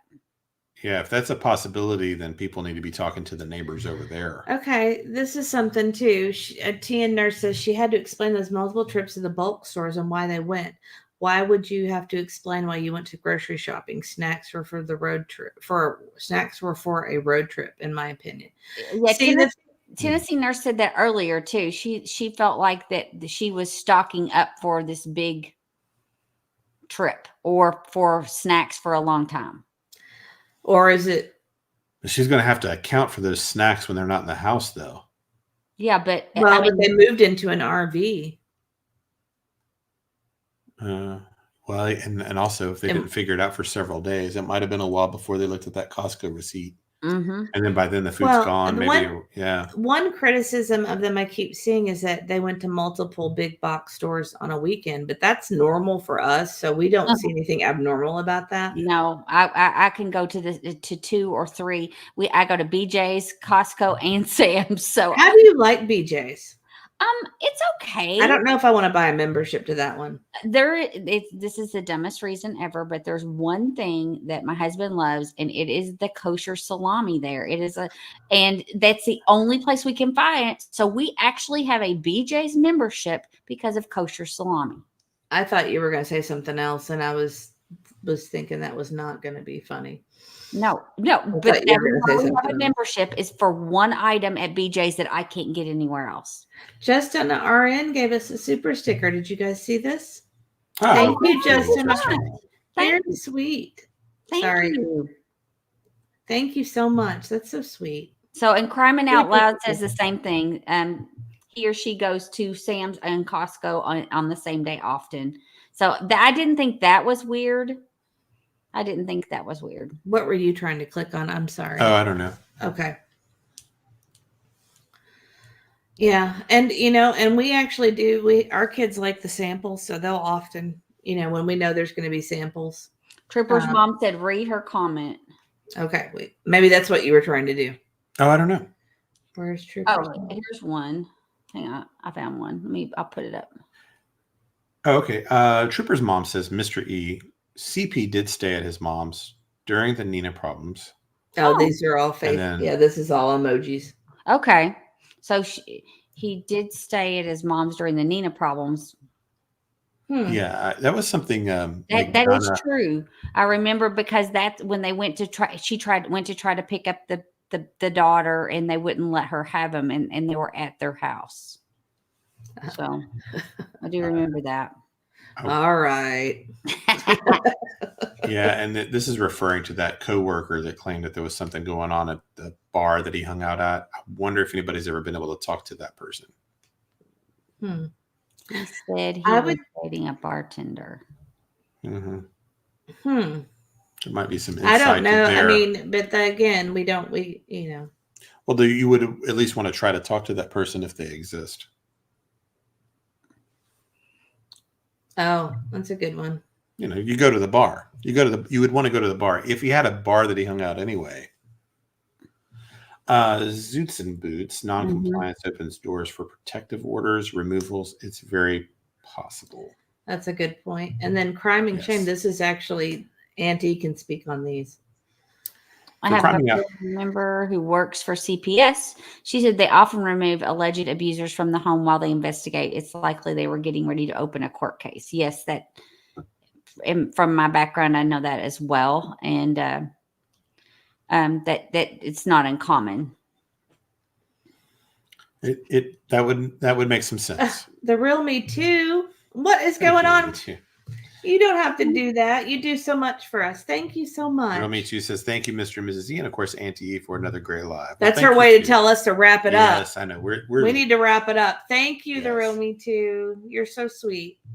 Well, anyway, what we were trying to do tonight was basically just go through the statistical odds a little bit, Yeah. and kind of see where that pointed Oh, us. Nick came back. And Oh, wait. hi. I don't know. Well, no, never mind. Somebody might be watching late. Oh, right. Yeah, late. Yeah. Anyway, we basically what we're trying to figure out is where do the numbers take us, and the numbers, what they essentially tell us is that we need to ignore with or give very little attention to the possibility of a stranger being involved. It's a infinitesimally small possibility, and that if he's abducted or something else, it's about a 4 out of 5 chance that it would be a family member, and about a 22% chance or a 1 out of 5 chance that it would be someone familiar with Sebastian or the family. So that's kind of where you need to direct your energy. Would really be towards the family, is what the statistics tell us. But 1 out of 5 chance outside of that, it's not impossible. Certainly possible. And Lee said there is a vigil on November 9th. And we were going to post it on our community tab. So, but I think Yes. Mr. E, Auntie's an hour ahead of us, so I think It's she's midnight ready for for her, yeah. us. Yeah, it's 12:02 where for I her. was. So We started late, and we started late tonight because we were going over these statistics. So Well, Aw, Brandon and I have been ditto. out shopping Thank you, again ditto. for essentials. So yeah, we've got to do that. You'll have to make him do it while I'm gone and help him figure out what we should get. Let's see. Ditto, thank you so much for that super sticker. I love it. Look at that. It's got muscles. It's awesome. cool. Yeah. And I'll just do a quick thank you. It's always hard to want to leave when the chat's been as good as it's been. I know. too, so, That's the thing. it's been really good. I always tell him that I think we have the smartest chat on YouTube. Oh, we do. I We do. think You can tell just reading you read our chat, and it's phenomenal. I can't make the stars stop though. It doesn't mean your host is the smartest host on YouTube. Just kidding. Yeah, Nick, the hat. If you're watching this on replay, people are wanting more videos. People enjoy the videos. They do like the That's the videos. request from the people. But like he said though, that they do the information gathering. We don't hear from them. They come back. Yeah, So- I think they're in investigative mode, is what my guess is. I think they stated it. If you go to their Twitter, X, whatever you want to call it. Yeah, they put something up almost every day. Who knows? Might So be does, another so week does or the two. attorney. We didn't mention it, but Mr. Lesnick put some stuff up too. Lesniak. Yeah, Lesniak, sorry. yeah, he did. It looks like, I don't know, more movement over there. We'll see what happens with all that. But Well, let's wrap it up. Guys, thank you so much. We appreciate all of you. We appreciate all of our new members, all of our old members, all of our new visitors, all of our subscribers. What else? All of our super stickers, super chats, and gifted memberships. We appreciate you guys so much. And, we know that you can spend your time anywhere, and we appreciate you being with us. yes, thank you so much, everybody. We appreciate it very much, and we'll be back soon, I suppose. All right, we'll see you Don't know what guys. day. Thank you. I'm not quite ready. All right, now say.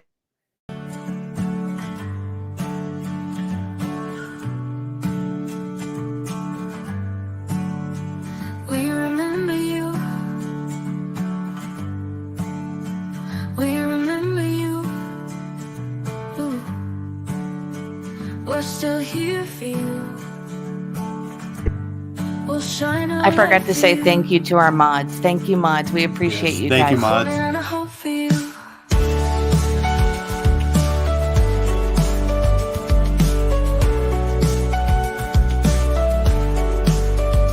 We remember you. We remember you. Ooh. We're still here for you. We'll shine our light for you. We're holding on to hope for you. We're holding on to hope for you. Ooh. We remember you. We remember you. We're still here for you. We'll shine our light for you. We remember you. We remember you. We're still here for you. We'll shine our light for you.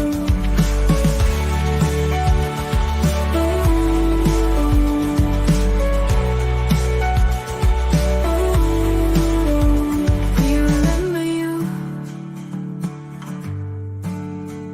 We remember